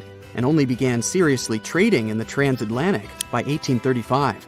Its steamships crossed the Atlantic from Liverpool to New York within just 10 days. Doesn't sound like a great speed today, I know, but back then, the same thing took other ships several weeks. Light on the water with their wooden hulls, powering through with a strong steam engine, those steamships were the favorite choice for many high-profile people. What could go wrong with such an advanced ship, they thought. This reminds me of some other ship everyone believed to be unsinkable. But anyway, back to the Collins Line. It grew to be a serious contender on transatlantic routes, with only one other competitor, the Cunard's Line. It was a British company also aiming to be the main force through the Arctic Passage. In 1835, the company received a new ship that traveled to Liverpool and came back to New York with the largest cargo ever at that time. From then, the Collins Line was steadily growing. It seemed like there would only be future successes for it.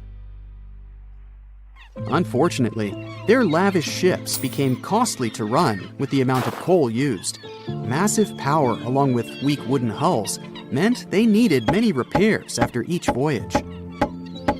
So, every trip ended up being expensive. But since the ships were safe and had a great reputation, people were willing to pay the price, and the company was definitely not in crisis. They had achieved something no one had managed to do before them.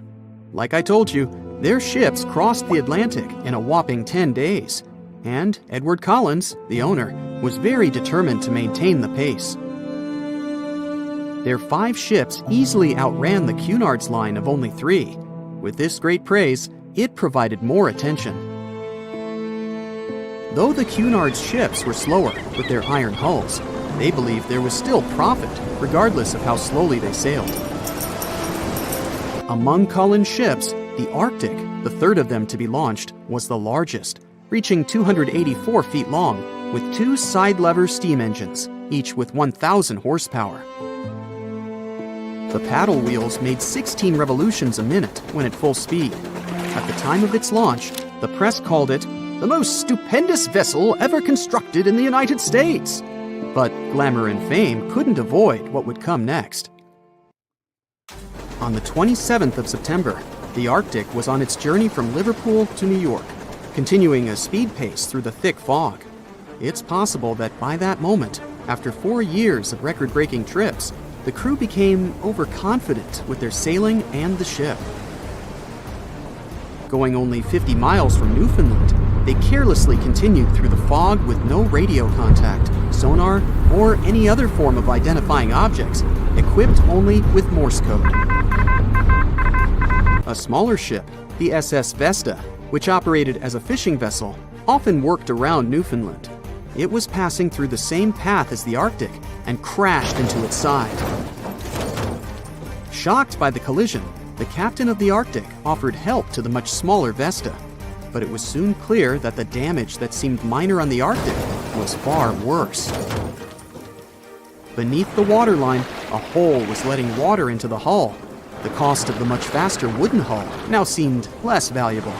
They steered toward land, trying to plug the holes, but they weren't doing so well, and the seawater continued to pour in, filling up higher and pushing the ship down. And finally, once the engine room was full, it put out the boilers, taking away the massive power the Arctic was once legendary for.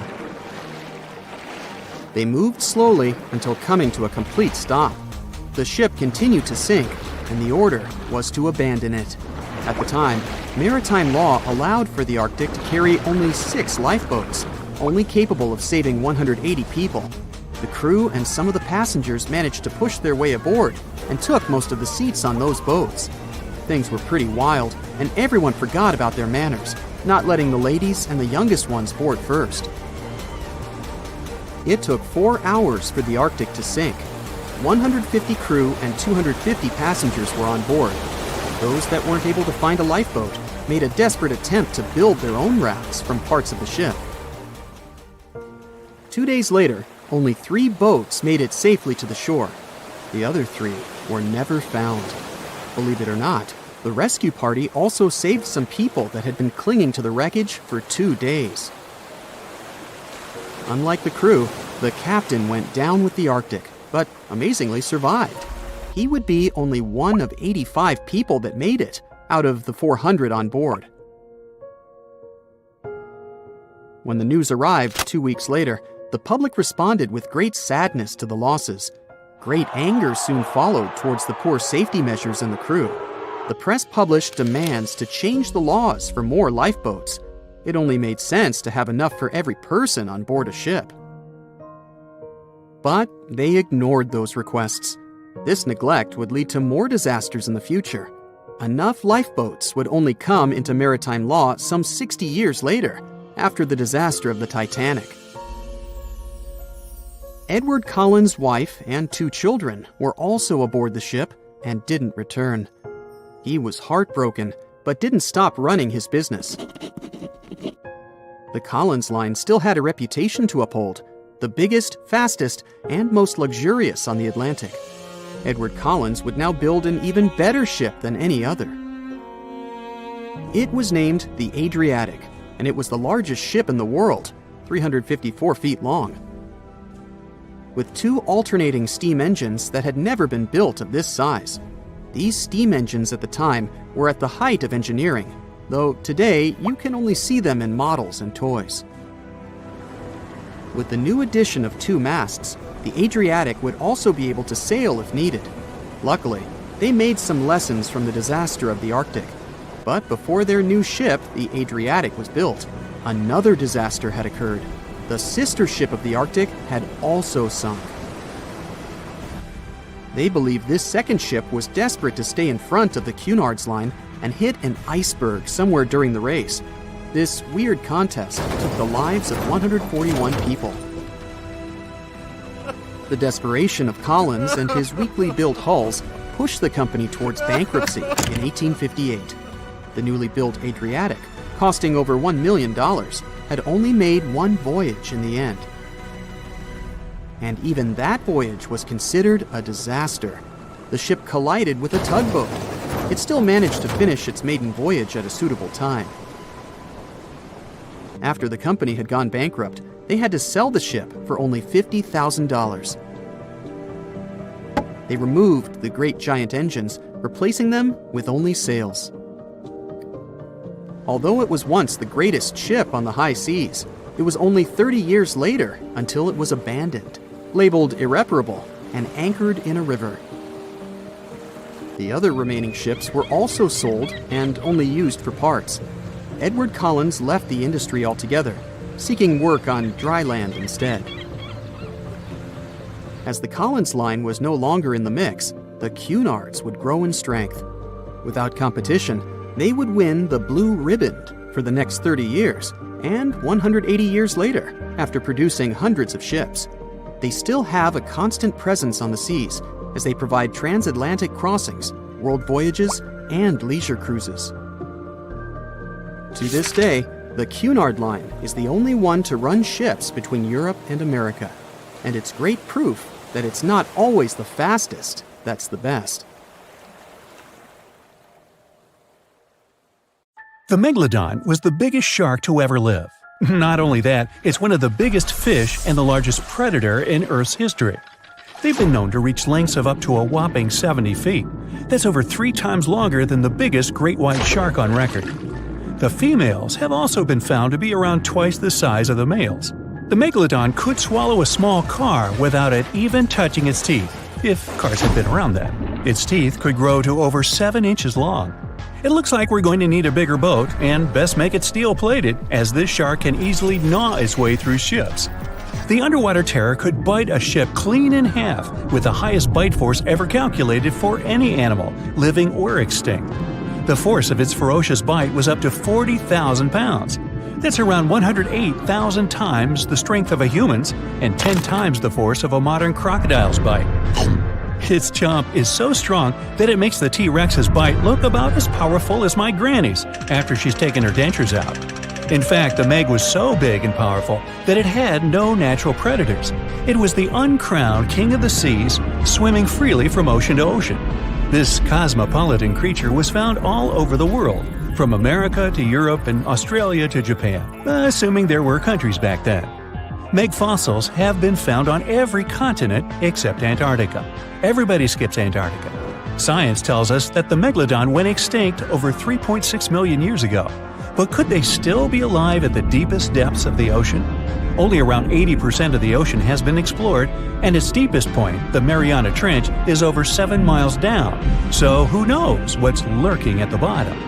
If you did manage to make it down, it is unlikely that you'll run into a Meg, though. The sharks, like us, preferred warmer coastal waters. Deep ocean living would be too cold for the beasts, and food would be scarce. Their entire bodies would also have to evolve to avoid being squished by the enormous water pressure down there. It's unlikely they're still around, but not impossible. Some good news, if you do run into one, is that the shark is pretty unlikely to eat you. You are way too small a meal for the Megalodon, even if you have a couple of friends with you. This guy eats whales that are over 50 feet long. If you're having a beach party, though, it's a different story. In a beach full of swimmers, the shark very well might creep up, scooping several humans into its giant mouth without even chewing. But wait, let's rewind. How does the shark take down a 50-foot whale? It first bites off its fins, making the whale unable to swim away. It then casually munches it down piece by piece. Because of their size, sharks had to consume over a ton of food every single day just to sustain themselves, like me. All that food made the Megalodon extremely heavy. They range from anywhere between 50 to over 100 tons. For context, that's around the same as 7 to 16 adult male African elephants. To fit all this food in, their jaws had to open pretty wide. A Megalodon's jaw could span 9 by 11 feet wide. That's easily big enough to swallow 2 adult humans side by side. The fearsome name Megalodon comes from 2 Greek words, mega meaning big and odont meaning tooth. So combined, they mean what? Big tooth. And it certainly lives up to its name. Just one of its chompers is the same size as a human head. It had 276 humongous teeth in total across 5 terrifying rows. In all of history, only a couple of saber-toothed cats and the T-Rex had consistently bigger teeth. Now that's a showdown I'd like to watch. The Megalodon vanished millions of years ago, leaving only huge teeth to be found by modern archaeologists. They literally disappeared with very few traces left. Scientists believe that over time, sea levels dropped and the ocean temperatures went down rapidly. Over a third of all marine life was wiped out as the oceans cooled, and a number of animals at the bottom of the food chain plummeted. This had a catastrophic effect on the hungry predators at the top. Sorry guys. It became way too cold for these sun-loving sharks too, which made it difficult for them to reproduce since they gave birth in warm waters. The Megalodon is usually described as a sort of giant great white shark, but this is just a common myth. In fact, the ancestors of today's great white existed at the same time as the Meg. But they weren't best buddies, and were even in competition with each other. The great white shark was a better hunter, using its smaller size and agility to snap up the Meg's prey quickly. They were also known to eat Meg pups, who were only half their size. This didn't help the whole extinction thing. Even infant Megalodons were huge, coming in at just under 7 feet. While a great white was no match for an adult Meg in a head-to-head fight, they sure weren't scared of stealing their food. This only left the bigger fish and whales for the Meg, but its food supplies began to run out as the whales swam to the cooler new seas. The whales adapted to prefer the colder temperatures, leaving our friend the Meg behind. The Megalodons either starved or were frozen into extinction by the Ice Age. Rather than a great white, the Megalodon is more like a modern bull shark. It had a short snout, flat lower jaw, and huge pectoral fins to support its massive weight and size. As scary as they are, these sharks were actually caring family guys. Several Megalodon nursery areas have been discovered in Florida, Maryland, and Panama. They gave birth to their young in shallow water environments. We know this from discovering loads of tiny Megalodon teeth found in these areas. Gee, I wonder if they had nannies too. But how come there are so many Megalodon teeth out there for us to analyze? Well, due to their messy, aggressive eating habits, sharks regularly lose their teeth. They lose a set of teeth every 1 to 2 weeks. That's 40,000 teeth in a lifetime. They must rake in a fortune from the tooth fairy. Because of this, their teeth were continuously raining down to the ocean floor. Luckily for us, they're also the hardest part of a shark skeleton, which is why so many teeth have survived and become fossilized. It's fair to say that the first discoveries of the Meg's teeth confused people. Early discoverers thought the Meg's teeth were petrified tongues of ancient serpent creatures. They even used to call them tongue stones. It's also a common myth that the Megalodon was around at the same time as the dinosaurs, although this would have been pretty cool. The dinosaurs were wiped out around 66 million years ago, but the Megalodons came much later. The oldest Meg fossil is only around 23 million years old, but it's tricky to pinpoint the exact date. After all, calendars weren't invented yet. They became extinct way before humans even evolved. The earliest Homo sapiens, which is a fancy name for the first humans, emerged about 2.5 million years ago. But what if the Megalodon shark didn't go extinct? Whale populations have dropped drastically since these guys were last around, so there'd be way fewer whales for them to chomp down on. Whales have also gotten a lot smarter and learned new defensive moves, making them way harder to take down. It's estimated that they ate around 12 tons of food each day. If they were still around and eating that much, they'd be forced to eat smaller fish, and there'd be barely enough big fish for us humans to survive on. The naughty Megalodons would also be able to track fishing boats and steal the fish that they worked hard to collect. It's safe to say we'd see a lot less fish in the aisles of your neighborhood supermarket. As our ocean temperatures are heating up again, the sharks would also thrive and reproduce faster than ever. There'd be more and more of these giant eating machines in the water, reducing our fish supply even more. It would also cause massive problems for cargo ships and cruising vessels. Imagine coming into contact with one of these bad boys while you're sunbathing on the deck. Even beachgoers would be hard hit. Megalodons give birth in shallow waters, so many of our favorite beaches would quickly become dangerous shark nursing grounds. Hey, where did that beach volleyball game go? They were playing just a moment ago. Giant container ships are responsible for much of the global trade. Thanks to them, you receive your orders from overseas, sooner or later. But they do have a problem just like any mechanical vessel. They tend to break down. That's where these little bad boys come in. Tugboats are meant to help any stranded vessel that either lost power or sustained any technical or physical damage. Besides being salvage vessels, tugboats also help guide ships when they dock. Since these ships are massive, underline, they require little tugboats to survey the surroundings and help them navigate to dock properly. They also serve as firefighting boats in case a fire breaks loose in the ship. Many of these cargo ships already have a system to stop fires, but tugboats provide extra help in case the fire gets out of control. Many cargo ships pass through below-zero regions like the Arctic and face plenty of obstacles, or icicles. Tugboats to the rescue again. They can make the first move by breaking the ice so that the vehicle can pass through without damaging itself or delaying its course. They also help large ships move through narrow areas. On March 23, 2021, the Ever Given, one of the largest container ships in the world, got stuck in the Suez Canal for 6 days. It froze global shipping of almost $10 billion of trade in a day. The Suez Canal is one of the most important routes for trading, but happens to be quite narrow for its purpose. To put that into perspective, it's like the Empire State Building getting lodged in the middle of a busy freeway. So, if you were wondering why your delivery was late during that month, it's probably because of that incident. The bottom of the ship nearly touched the floor of the canal. In the early morning of March 23rd, the weather was acting up. It was getting worse and worse, with the wind picking up to around 45 miles per hour. Those were some terrible weather conditions for navigation.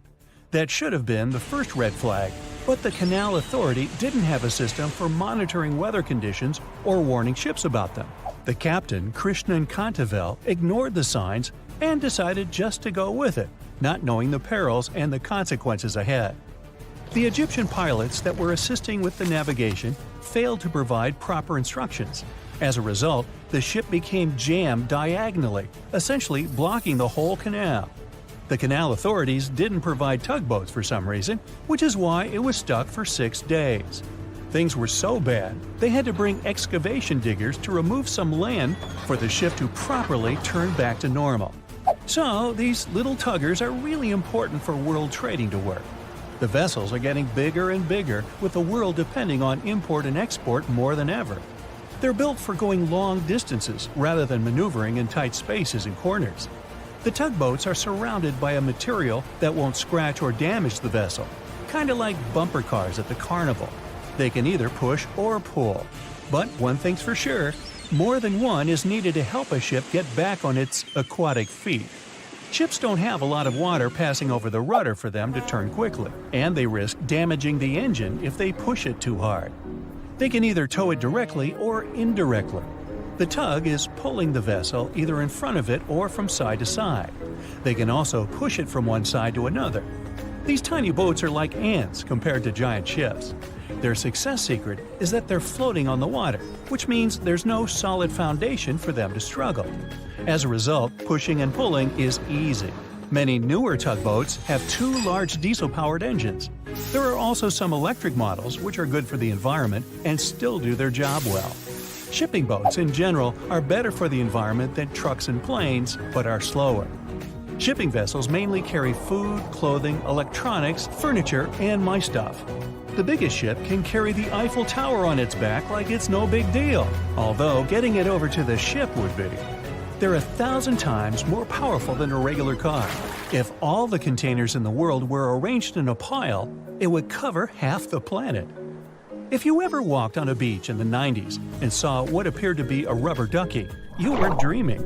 In 1992, a shipping crate holding 28,000 rubber ducks was lost at sea while journeying from Hong Kong to the U.S. They say it fell off the ship and has been around the world's oceans for more than 20 years. What seemed like a horrible accident that would leave dire consequences for the world's marine ecosystem proved to also be helpful for us to learn and understand the world of plastic pollution and how the ocean currents work. These ducks seem to have had quite the journey when they broke free from their container life. Some reports showed they got washed up on the shores of Alaska, South America, Hawaii, Pacific Northwest, Scotland, Australia, and even froze in the Arctic. Rather than making their way to thousands of bathrooms in the U.S., they went rogue and backpacked around the world to see what else lies beyond tiled walls and bubble baths. Many were collected and removed from the seas and oceans, while some are still out there. There are around 2,000 of these duckies circulating in the currents of the North Pacific Gyre. In case you were wondering, that's a place where the currents meet and whirl with one another between Japan, Alaska, Kodiak, and the Aleutian Islands. They've even created a website to track these ducks down with a contact form that lets people inform of one or many ducks they find across the world. But who knows? Maybe we'll never recover every single duck that was lost at sea at the time. This is just one incident out of many. Studies show that at least 2,000 to 10,000 shipping containers are lost at sea every year. Many containers that do slip off and fall into the sea don't always sink to the bottom. They're floaters. On the downside, they don't float high enough to become colorful islands that are easy to notice.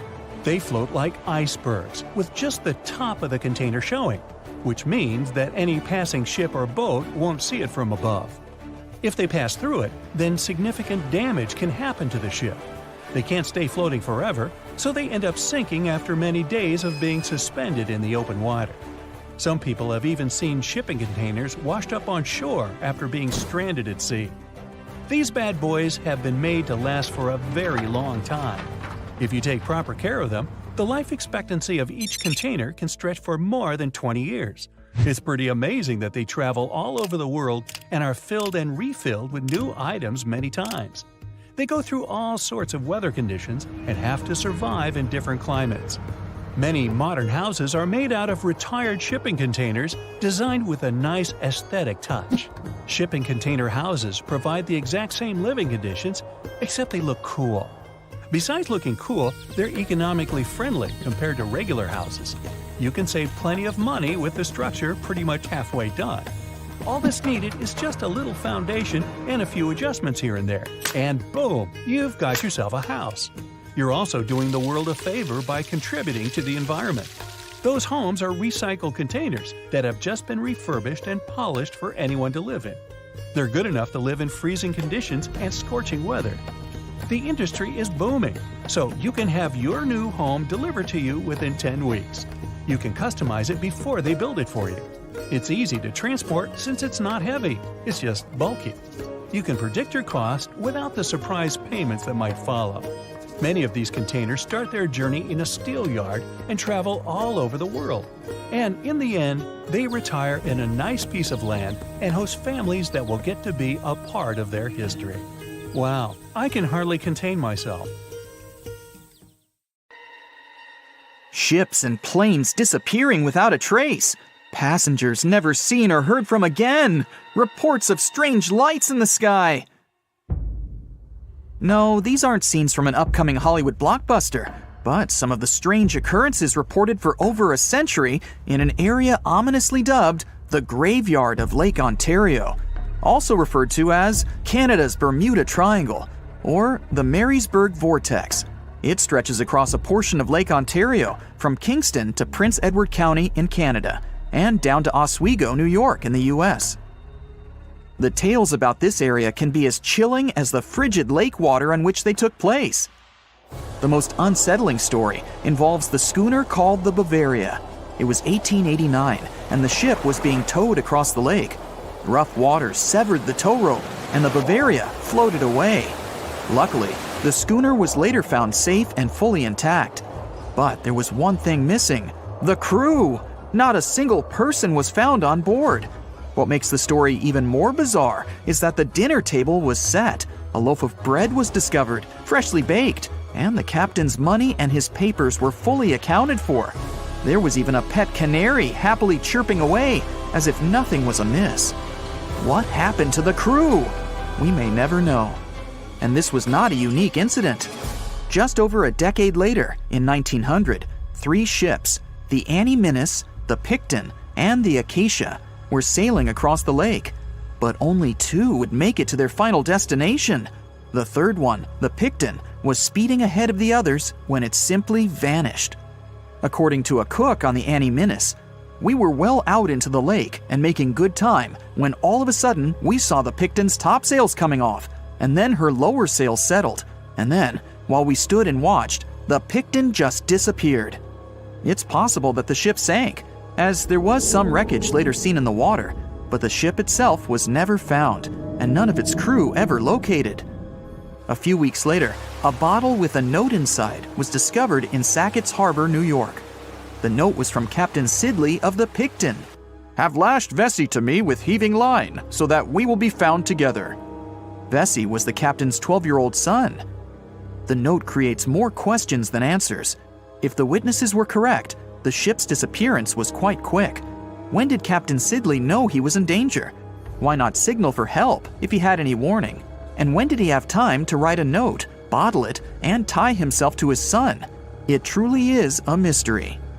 And it was not just ships that ran afoul of the strange forces in the area. Planes also struggled to make it through in one piece. In 1975, Ron Scott flew out from the Picton Airport in his Cessna 172. As he entered the Marysburg Vortex, his plane banked to the side.